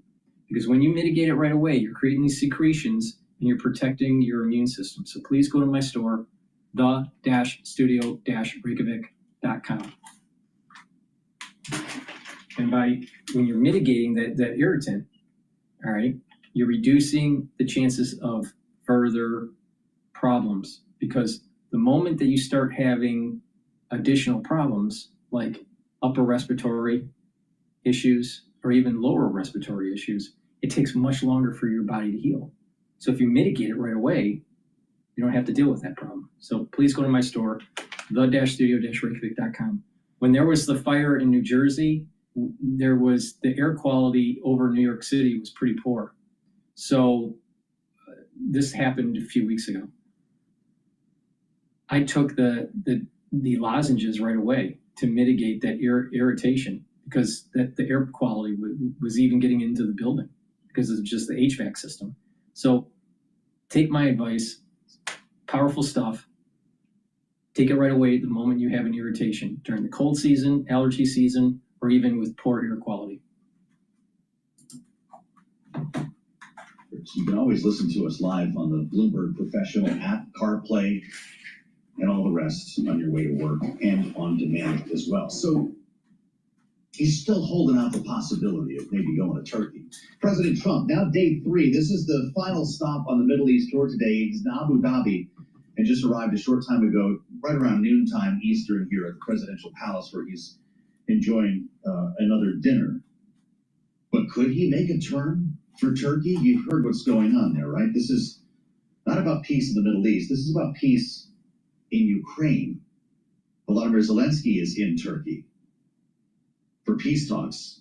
The Secretary of State, Marco Rubio, is in Turkey. There was a thought that we would have maybe even direct talks between Volodymyr Zelensky and Vladimir Putin. That apparently is not going to be the case because Putin's still in Moscow. Unless, of course, he's working on something with Trump. Listen to President Trump before he left Qatar about 3 o'clock in the morning.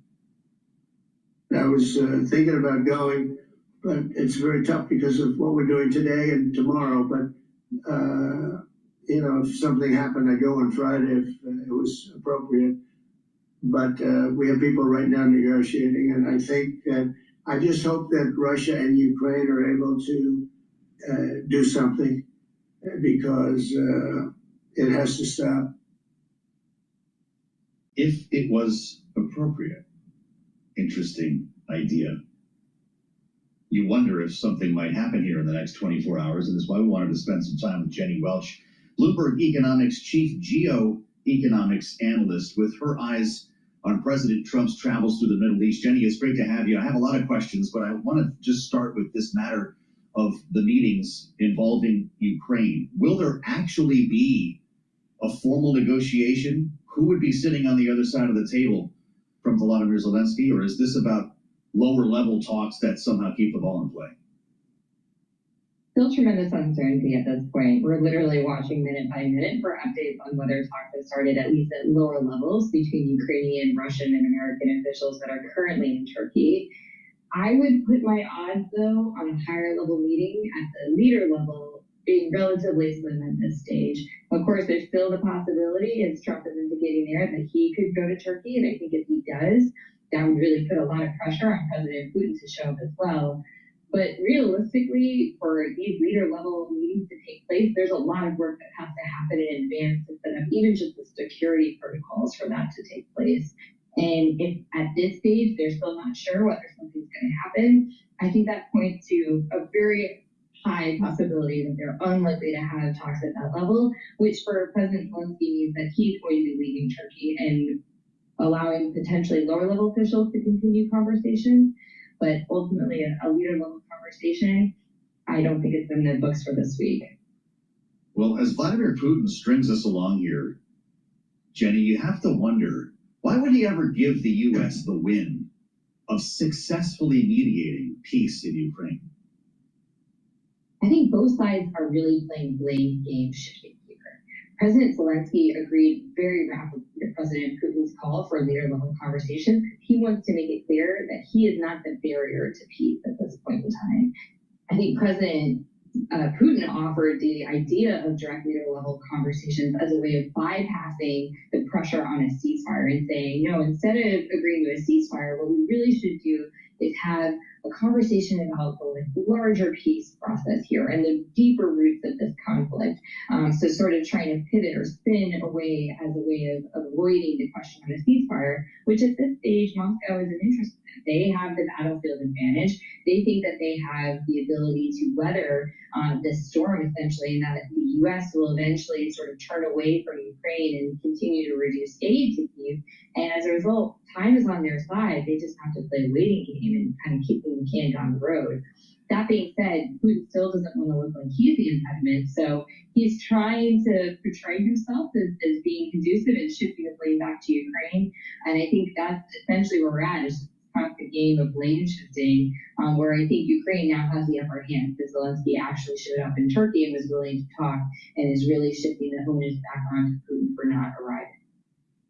Really interesting analysis as we spend time with Jenny Welch from Bloomberg Economics. I want to ask you a bit about Iran while I have you here for another minute. Jenny, the Trump administration has put forth what the president described yesterday as an olive branch. It's an actual proposal for a nuclear deal.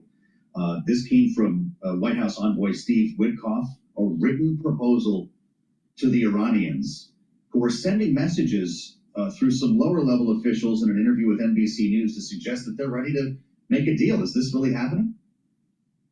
I think to say, as President Trump did, that a deal is imminent might be overly optimistic at this stage. I think there's probably a lot of details that the two sides are still working out, including on the enrichment question of whether Iran will be able to retain a civilian nuclear energy program, as Tehran certainly wants to, but as U.S. officials have kind of given conflicting statements on the past.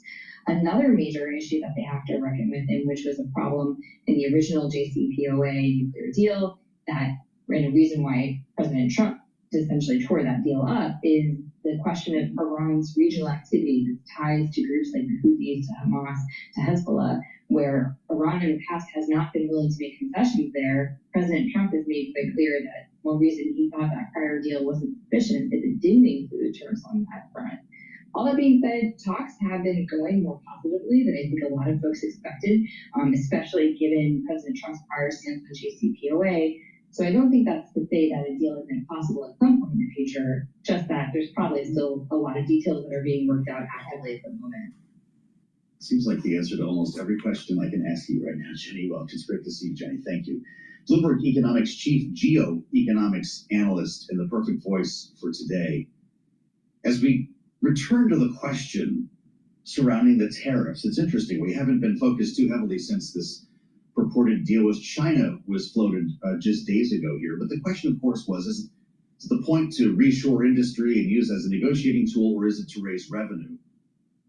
Remembering the Commerce Secretary, beginning of April, envisioning what he described as the army of millions and millions of human beings, screwing in little screws, he said, to make iPhones. That kind of thing is going to come to America. That was walked back a little bit, but based on what we're hearing from Donald Trump with regard to Apple, it does kind of sound like the White House wants to see this happen. President Trump asking Apple's Tim Cook to stop building plants in India to make devices for the U.S., saying Apple will be, quote, upping their production in the United States, unquote, as a result of their discussion.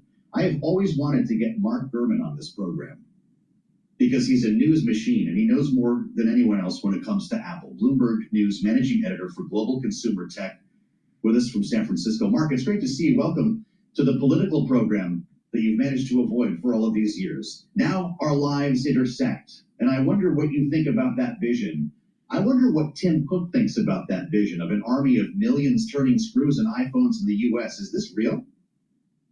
No, I mean, maybe Tim Cook wants that. Maybe he likes that idea. I can't speak for him. Maybe he is completely aligned with Donald Trump on this being what both men want. But it's also, Tim Cook would be the first to tell you, not going to happen. There is no reality in which Apple can mass produce or do final assembly on iPhones in the United States. There are many issues, cost being a minor issue. The bigger issues are engineering education in this country, the ability to get the right number of skilled people to do the production, the way that Apple has to fill up city blocks worth of facilities in order to produce these iPhones.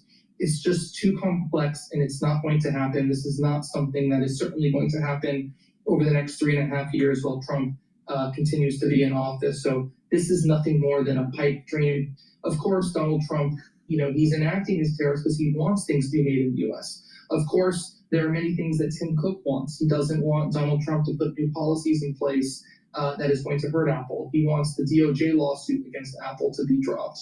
He wants all sorts of stuff from Donald Trump, so he's going to play nice too. Is there a scenario where Apple ups investments in the U.S.? Is there a scenario where Apple does more manufacturing with components and partnerships in the U.S.?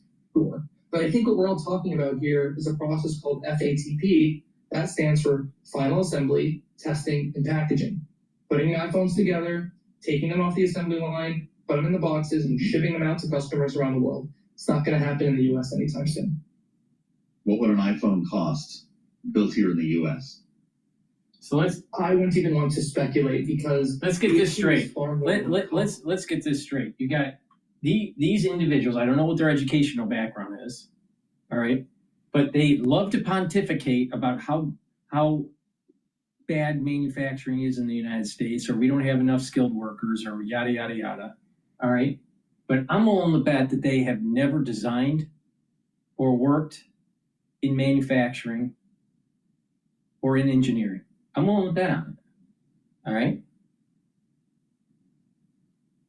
But they'll have this liberal arts education and have an answer for everything, but not actually interview someone that's actually a manufacturing engineer or a design engineer or a testing engineer. Why don't they, you're telling me they can't find anybody on Bloomberg to actually do that with their huge network of individuals? You can't find anyone to interview to talk about the true manufacturing capability of the United States. Now, could we have more people working in design and manufacturing in the United States and train them up? Yeah, of course. But the answer isn't interviewing liberal arts majors.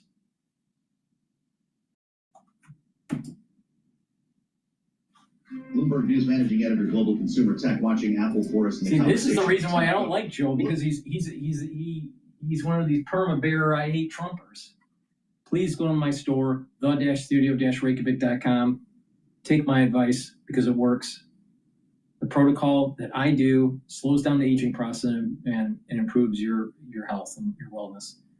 Get the Boomer Boost. Boomer Boost has 68 nutrients. It will target multiple systems. It'll target your heart, target your vascular system, target your brain function, boost up your energy levels, improve your metabolism, and help with your strength. So go to my store, the-studio-reykjavik.com, get the Boomer Boost. You get a big scooper. Take a scooper every day for breakfast or for lunch.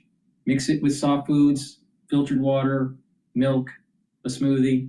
But that is your breakfast or your lunch. You take it once a day. You'll lose weight, you will get healthy, and you will get healthy fast. All right? You're going to start feeling the effects of this within 72 hours. Now, this is a great way to lose weight safely and consistently, and to have a steady level of energy, no spiking of energy. It'll be a steady burn throughout the whole day, and you're going to get healthy. All right, so please go to my store, the-studio-reykjavik.com. And it's really important. Improve your cardiovascular health and reduce your chances of diabetes. Another great supplement that I have is the heirloom barley. It's a high-density protein. You get a big scooper, take a scooper a day. Take it for breakfast or for lunch. You can mix it with your Boomer Boost for max benefit. It'll help to detoxify your body, bring down inflammation, and soak up free radicals with superoxide dismutase. Bringing down inflammation is going to allow you to recover after a workout It's going to reduce that pain that you may be feeling from arthritis. Reducing inflammation also helps your immune system and your cardiovascular system, because by bringing down inflammation, you're bringing down those pro-inflammatory cytokines, and therefore your immune system is going to be revved up. All right, you're going to improve your immune system. Bringing down inflammation at the vascular level reduces plaque formation. Now, Gladiator barley, you get all the benefits in Gladiator barley as you do with the heirloom barley, but you get one additional benefit, and it helps to build muscle. It'll gain extra strength. Stacks really well with Myotrol, and stacks really, really well with Boomer Boost. If you really want to maximize controlling your A1C levels, your blood glucose levels, take the Gladiator barley and the Boomer Boost and do resistance training. Again, it's a powder. You take a scooper or half a scooper a day. Follow my advice and you're going to get healthy. Trust me. I'm in my 50s, all right? I don't look like I'm in my 50s. Now, why do you think that is? Why do you think that is? Because my protocol works. So follow my advice and you're going to get healthy. Now, let's talk about another stack here. Vitamin B complex. The first 4 vitamin Bs will help with your mitochondrial health and boost up your energy levels. Vitamin B is really important for cellular metabolism, and vitamin B12 is a neuroprotector to protect your neurons. It's really important once you turn age 40. Take vitamin B complex. If you're 40 years of age, you better start taking vitamin B every day. Drink it with filtered water. Resveratrol. I've been taking resveratrol for decades, and guess what? It works. It stacks really well with C60, ubiquinol, NAD+, clarity factor. All right, resveratrol is going to soak up free radicals, so that's going to reduce stress on your cells. It's going to help to improve your mitochondrial health. That way, you're going to have more energy. And resveratrol helps with youthful gene expression. Do you want to look like Alex Jones, or do you want to look like DrPaulCottrell? Go to my store, the-studio-reykjavik.com, get the resveratrol. And a great foundation to build off of for a health protocol is taking a high-quality multivitamin. This is an easy-to-digest multivitamin. This stacks great with the probiotic I have, and you just build off of that as a foundation. Now, multivitamins are really important for enzymatic activity, all right? Because multivitamins are cofactors for the enzyme to change the shape of the enzyme so it performs better. So that means that you'll have better cellular processing. So please go to my store, the-studio-reykjavik.com, get this multivitamin. It is an easy-to-digest multivitamin, and you stack it. Stack it with the probiotics or the resveratrol or the B complex. It's a good foundational supplement. So please go to my store, the-studio-reykjavik.com, slow down the aging process and boost up that immune system, and you are going to have more vitality. Trust me on this. All right, let's go back to Bloomberg.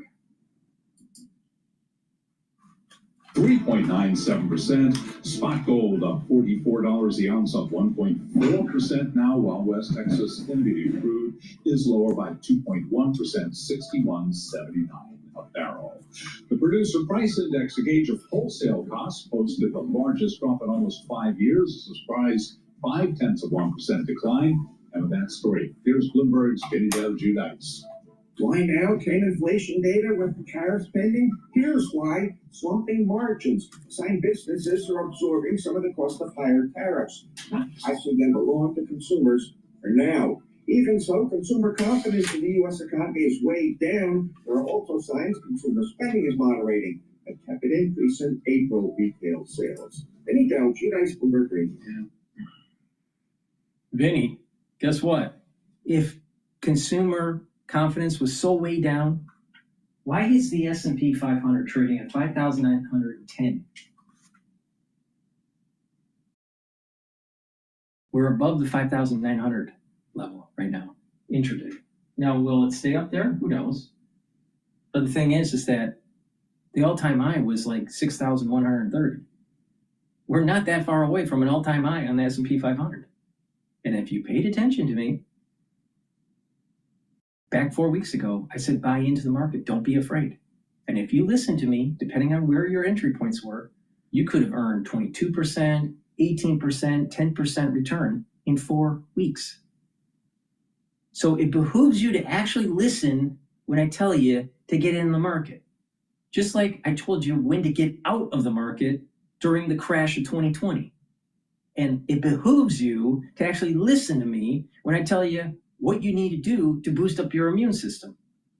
I helped you navigate you through the 2020 crisis. Guess what? If you pay attention to me, you're not going to have the problems that most Americans have in their geriatric years. Please go to my store, the-studio-reykjavik.com, and don't listen to Vinny, because he doesn't know what the fuck he's talking about. So far, birthright citizenship with a constitutional question that's being asked here by way of a procedural question. This is a little bit complicated, but that's why we have Greg Story, his great reporting on the terminal and online. Should lower court judges have the authority, and you've heard the White House push back hard on this, have the authority to block federal policies with nationwide injunctions? That's what the justices are seeking to answer. And based on their answer, we could have a way forward here when it comes to birthright citizenship. Latest from Eric Larson on the terminal, the Supreme Court's liberal justices, not a big surprise, indicating that the president's executive order restricting birthright citizenship is probably illegal. That's based on oral arguments a short time ago as we assemble our panel. Rick Davis is with us in studio today, Bloomberg Politics contributor, a Republican strategist and partner at Stone Court Capital. Jeannie Shenzano with us from New York, senior democracy fellow with the Center for the Study of the Presidency and Congress, our Democratic analyst. Great to see you both here. Rick, when you're reading the tea leaves, I guess it really shouldn't be a big surprise that the liberal justices feel this way. How does the rest of the court feel about the procedural question? It's interesting because some of the questions, and I'm certainly not a really great court watcher, but some of the questions by Amy Coney Barrett and Brett Kavanaugh indicate a concern for the same thing. In other words, if a lower court district judge can't make a nationwide ban, doesn't that result in thousands of cases being taken up by other courts all over the country to have the same effect? And are we really walking into a trap by saying, sure, notionally, a federal district court judge shouldn't be able to do that, except look at what the reaction will be if they can't? And so in this case in particular, there would be thousands, tens of thousands of cases challenging the ban on birthright citizenship. And yet, right now, it's only the liberal judges who are saying, and by the way, let's talk about birthright citizenship. Right? Yes. It is the law of the land. And so a lot of people are misreading this court case. It's not a ruling on the legality of birthright citizenship right now. It's really on the court's power to make these nationwide injunctions, many of which have been used to stop these executive orders that Donald Trump has been issuing. So this is a really new thing that the courts are having to grapple with. Yeah, it's a big question for Looks this like administration. they may be talking right now. Have their names etched in the collective memory of the UAE. They are Pat and Marianne Kennedy. They arrived in LA in late 50s, working under challenging conditions at a time when up to 1 in 2 infants and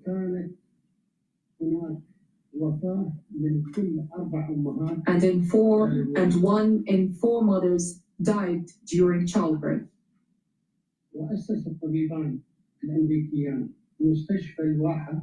They founded Oasis Hospital, which played a pivotal role in the development of healthcare in the UAE. A few months after their arrival, Mr. President, I was born in the same hospital that these two American doctors founded.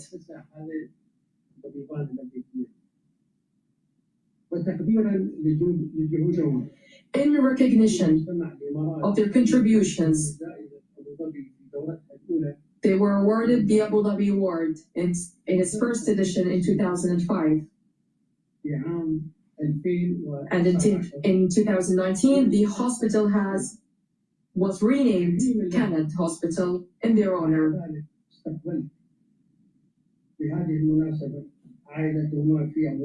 And their family was hosted in Abu Dhabi in gratitude for their service to the people of the UAE.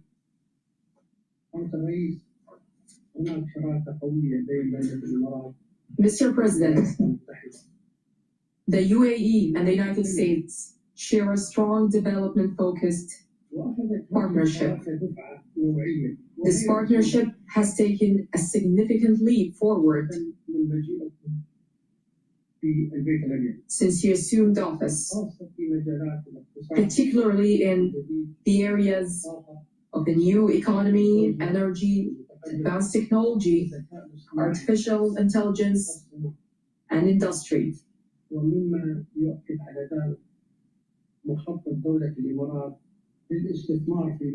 A testament to this is the UAE's plan to invest in the US in these sectors through the UAE's investment bodies at a total value of $1.4 trillion over the next 10 years.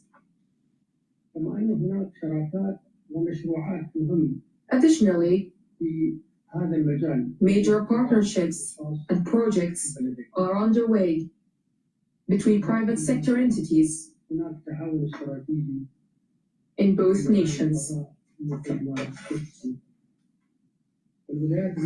Beyond these areas, our countries maintain a strategic partnership in the field of space exploration.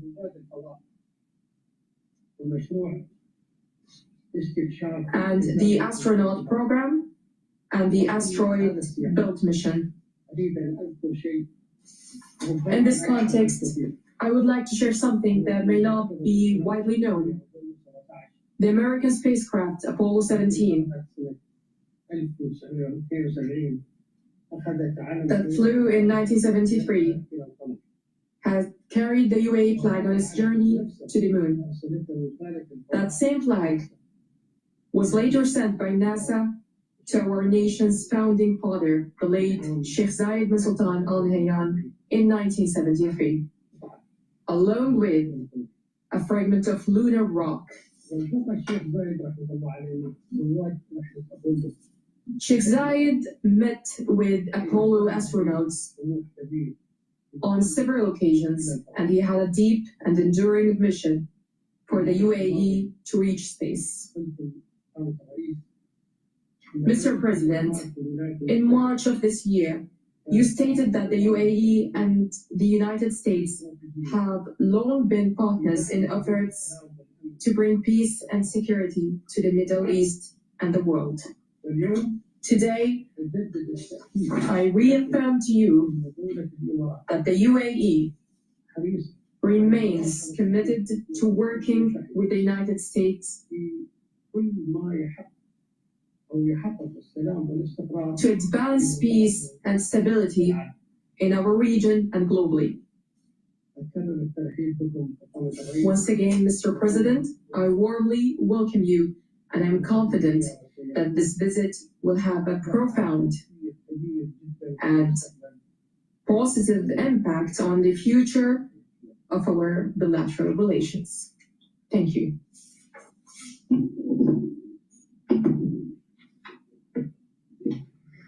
Well, I'd like to thank you, Your Highness. What a lot of people don't know, I think my staff is very surprised by it. You and I have been friends for a long time. We've been good friends. And what they don't know about you is that you are considered a truly great warrior.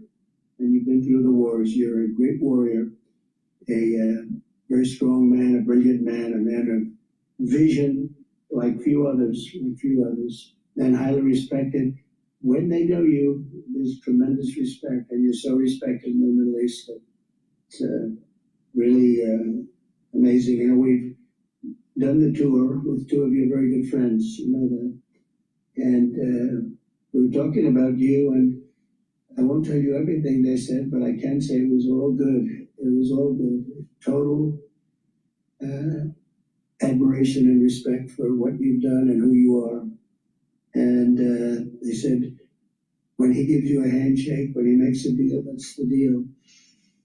And your wonderful brother came to Washington a few weeks ago, and he told us about your generous statement as to the 1.4 trillion.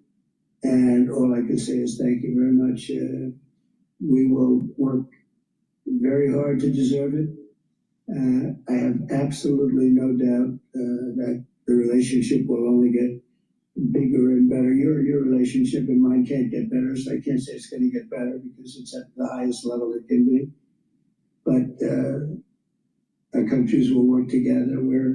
We've become a very hot country. We were not such a hot country 6 months ago. And now I think we're the hottest country, if you want to know the truth. We had one little indication a year ago. We were having a hard time getting people to join the military, enlistment, they call it in our country. Getting very bad vibes, very unhappy. It was an unhappy country. A lot of foolish things were happening, stupid things were happening. And we just got the numbers. We had the highest enlistment numbers just about that we've ever had. We think they're probably the highest, but they say have to be extremely opposite, accurate when it comes to the news because they check every word I say. There's a little bit of an inaccuracy, but I will tell you we had just about the best numbers for enlistment we've ever had. Every one of our services. I'm very proud of Space Force because I created Space Force. That was my baby. Hadn't been done in 78 years of force, the new force, and it's doing phenomenally well. We were not winning the space war, and now we're leading it by tremendous margins over Russia and China primarily.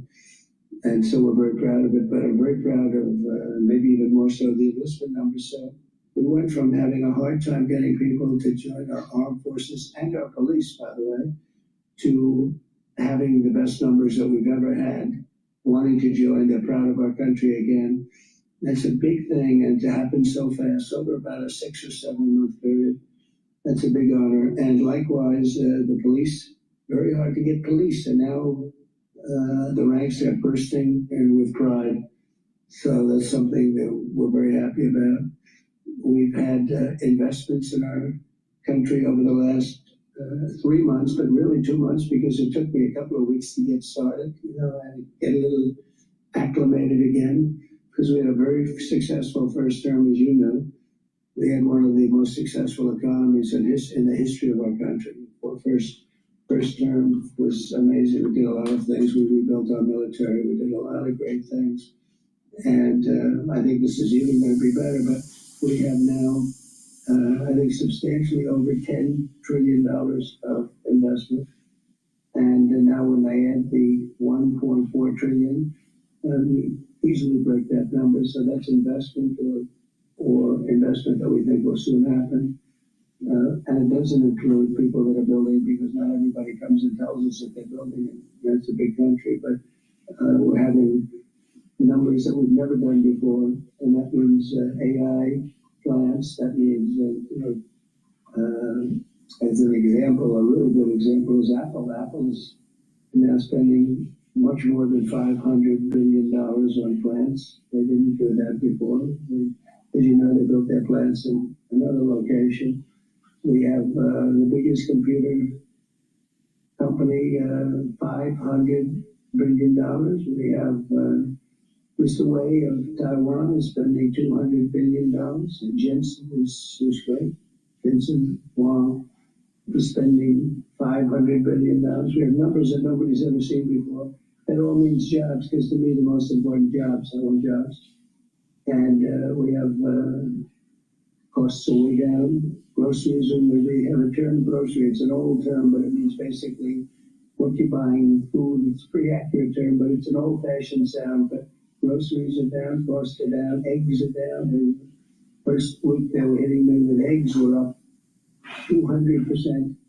And now they're down to a number that is amazing. We're down 97, 98% from where they were. And everybody, they said, you won't have eggs for Easter. Well, we had everybody had eggs for Easter at a very reasonable price. At the White House, we had a Easter egg roll, and we had hundreds of thousands of eggs purchased. They said, you have to go out and buy plastic eggs. That didn't work out. So we've done a real job, and our energy costs are way down. The energy's way down, gasoline is down, and we have almost no inflation. So we've got the economy back. We've got a border now that's very powerful, 99.9%, and nobody would have believed that was possible. It was a real mess. We had, frankly, an incompetent previous administration. I know you weren't thrilled with them. They abandoned people, and it wasn't that they abandoned, they didn't bother to call people back. They treated people with great disrespect, but part of it was a level of stupidity that we've never seen before. And I'm glad we arrived, and I know you people also move. You're an amazing country, you're a rich country, you can have your choice, but I know you'll never leave my side. I know that. And you know the special relationship that we have and our country has. So our country's back with you, and our country's back in a lot of ways. We have a country with tremendous spirit right now. Tremendous. I haven't seen anything like it. I would say this, we're far ahead of schedule. If you would have told me these numbers in a year and a half from now, I would have been very happy with them. But think that substantially more than $10 trillion, you'll have numbers of other presidents where they won't do $1 trillion in a long time. $1 trillion. We did it in 2 months because, again, you figure 3, but let me have 1 month of fixing up the Oval Office. In other words, getting things ready. And I look forward to having you in the White House. We'll celebrate together. But we are going to be your friend, and we're going to be your partner, and we really appreciate your confidence and investment. That's your biggest investment that you've ever made, and we really appreciate it, and we're going to treat you very, as you should be, magnificently. And you're a magnificent man, and it's an honor to be with you. My honor, Mr. President. Thank you very much. Thank you. Shabbat Shabbat.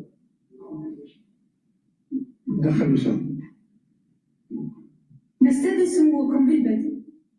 Your Highness, Your Excellencies, distinguished guests, in recognition of President Donald Trump's exceptional efforts to strengthen the long-standing ties of friendship and strategic partnership between the United Arab Emirates and United States of America, I am honored to announce that His Highness Sheikh Mohammed bin Zayed Al Nahyan bestows the Order of Zayed upon President Trump.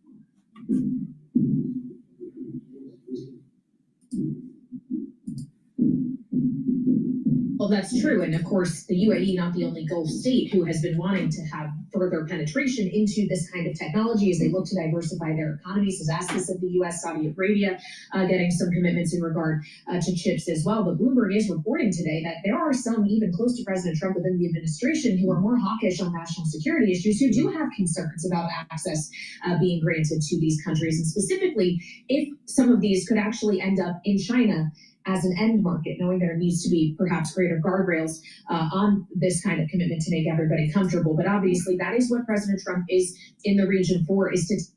You're going to hear individuals in the mainstream media saying that Trump's negotiations with these 3 Arab nations, sending high-end technology for artificial intelligence development, is going to be a national security issue because the Chinese may infiltrate, all right? But you have to keep in mind, you have the Israeli lobbying group that doesn't like what Trump's doing. And you also have a deep state that wants never-ending war in the Middle East. Trump is actually diffusing that explosive attitude from the national security state, this deep state. All right, we are literally seeing an inflection point of history here, where there is going to be peace and prosperity in that region. That doesn't mean that it's going to happen overnight. It's not. But can you imagine in 10 years from now, where technology and where those benefits will take place? Let me give you an example. I remember starting my career, in automotive. There wasn't such a thing as internet, not like we have today. I mean, the internet back then was for the military and for, research centers, universities. But, and there wasn't email, in corporate email. We had fax machines. So fast forward, all right, and then AOL comes out. And even before AOL, there was Genie and CompuServe, and BBS, bulletin board systems, with modems and stuff. So it wasn't like today, all right? Now, right at that moment in time, I would say about 97, 98 would seem to be an inflection point. And the internet started to take off, all right? And it started to be implemented more at the corporate level with emails and stuff. Probably email even came even before that, probably around 94. Some places probably you started seeing emails, at least intra email system within corporate, not over the internet, but through the network. But either way, the internet kind of takes off at around the late 90s. And you have huge development that takes place, huge productivity gains. That's not that long ago, all right? For ease of calculating, you're talking about just a little over 25, 26, 27 years ago, where it really takes off. So where was the internet, let's just say, at the 10-year mark? So if we use the delineation point for the zeitgeist of the internet at around 98, all right? So around 2008, okay,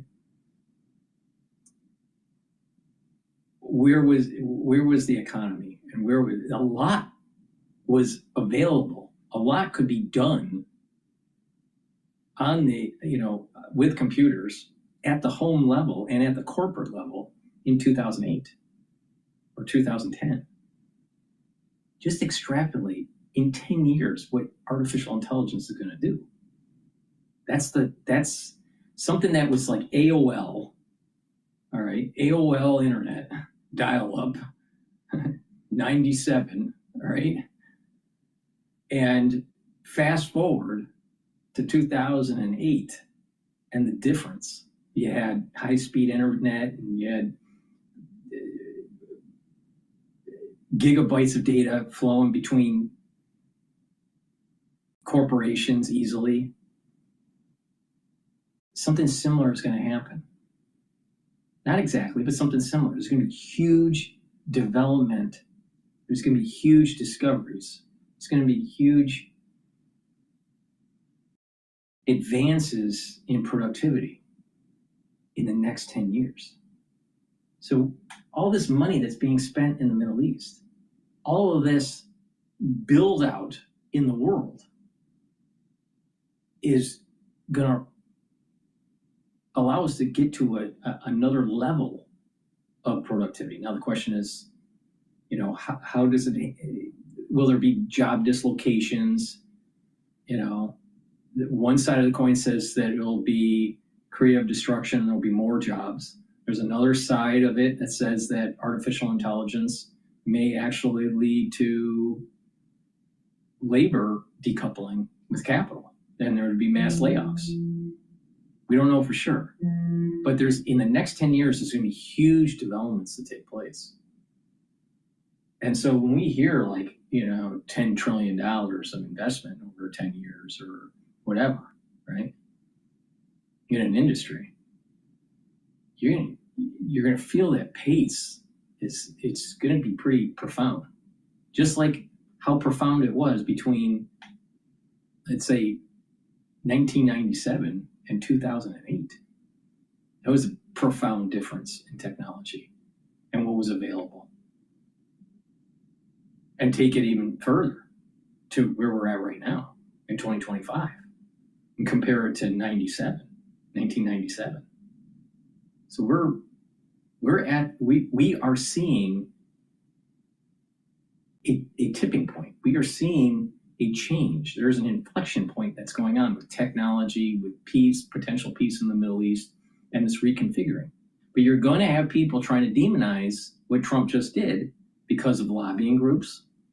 Some of them are even from Israel, the Israeli lobbying group, or, you know, lobbying groups that are really heavily involved in never-ending wars in certain regions.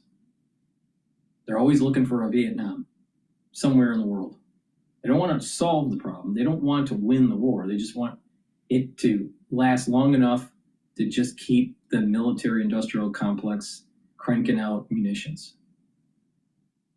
Something different is taking place.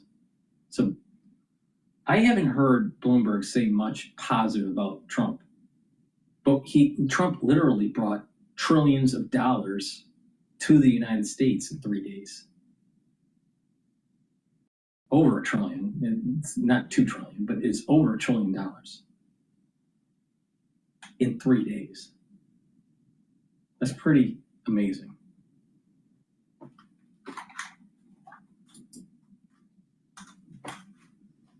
So again, he's got to go home to New York to sell this. And Congressman Lilota was not having too much of this idea of a cap at $30,000 for individuals, never mind the 40-80 that Kayleigh threw out there. That's where we start our conversation with Congressman Marlin Stutzman, the Republican representing Indiana's 3rd District, is with us live from Capitol Hill. Congressman, it's great to have you back on Bloomberg TV and radio. A lot of things need to happen pretty quickly here. We put the pieces together. If we follow it'll pass. There'll be a negotiation. There's going to be markups from the Senate. It's going to be a new bill. It'll get passed probably in July. And guess what? That's going to be an accelerant, and you're going to see an all-time high on the SP 500. And if you paid attention to me, you would have made a lot of money. And if you paid attention to other people like Alex Jones or other people that were saying the sky was falling, you would have lost money. Now, who do you want to really listen to? Do you want to listen to someone that actually is telling you how to make money on the market in real time and telling you how to improve your health? I'm older than Alex Jones. Older. Do you want to listen to what I do to improve my health and follow? Or do you want to listen to Alex Jones that looks like he's like 70 years old? Maybe 60, all right?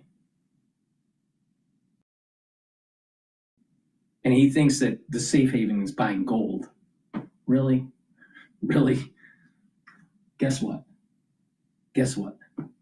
Never bet against the United States. Say it, write it down on a piece of paper, say it in the mirror. Never bet against the United States. She will always surprise you in the positive. Thank you for listening and have a nice day. Please go to my store, the-studio-reykjavik.com. Take the supplements, stack them the way I tell you to. Use discount 5, you get $5 off any order. The link is in the description of this video and all my videos. go to my store, the-studio-reykjavik.com. Stack these supplements the way I tell you to, improve your immune system, boost up your energy levels, slow down the aging process, and have more vitality. Don't fall into the trap of pharmacopoeia. Thank you for listening and have a nice day.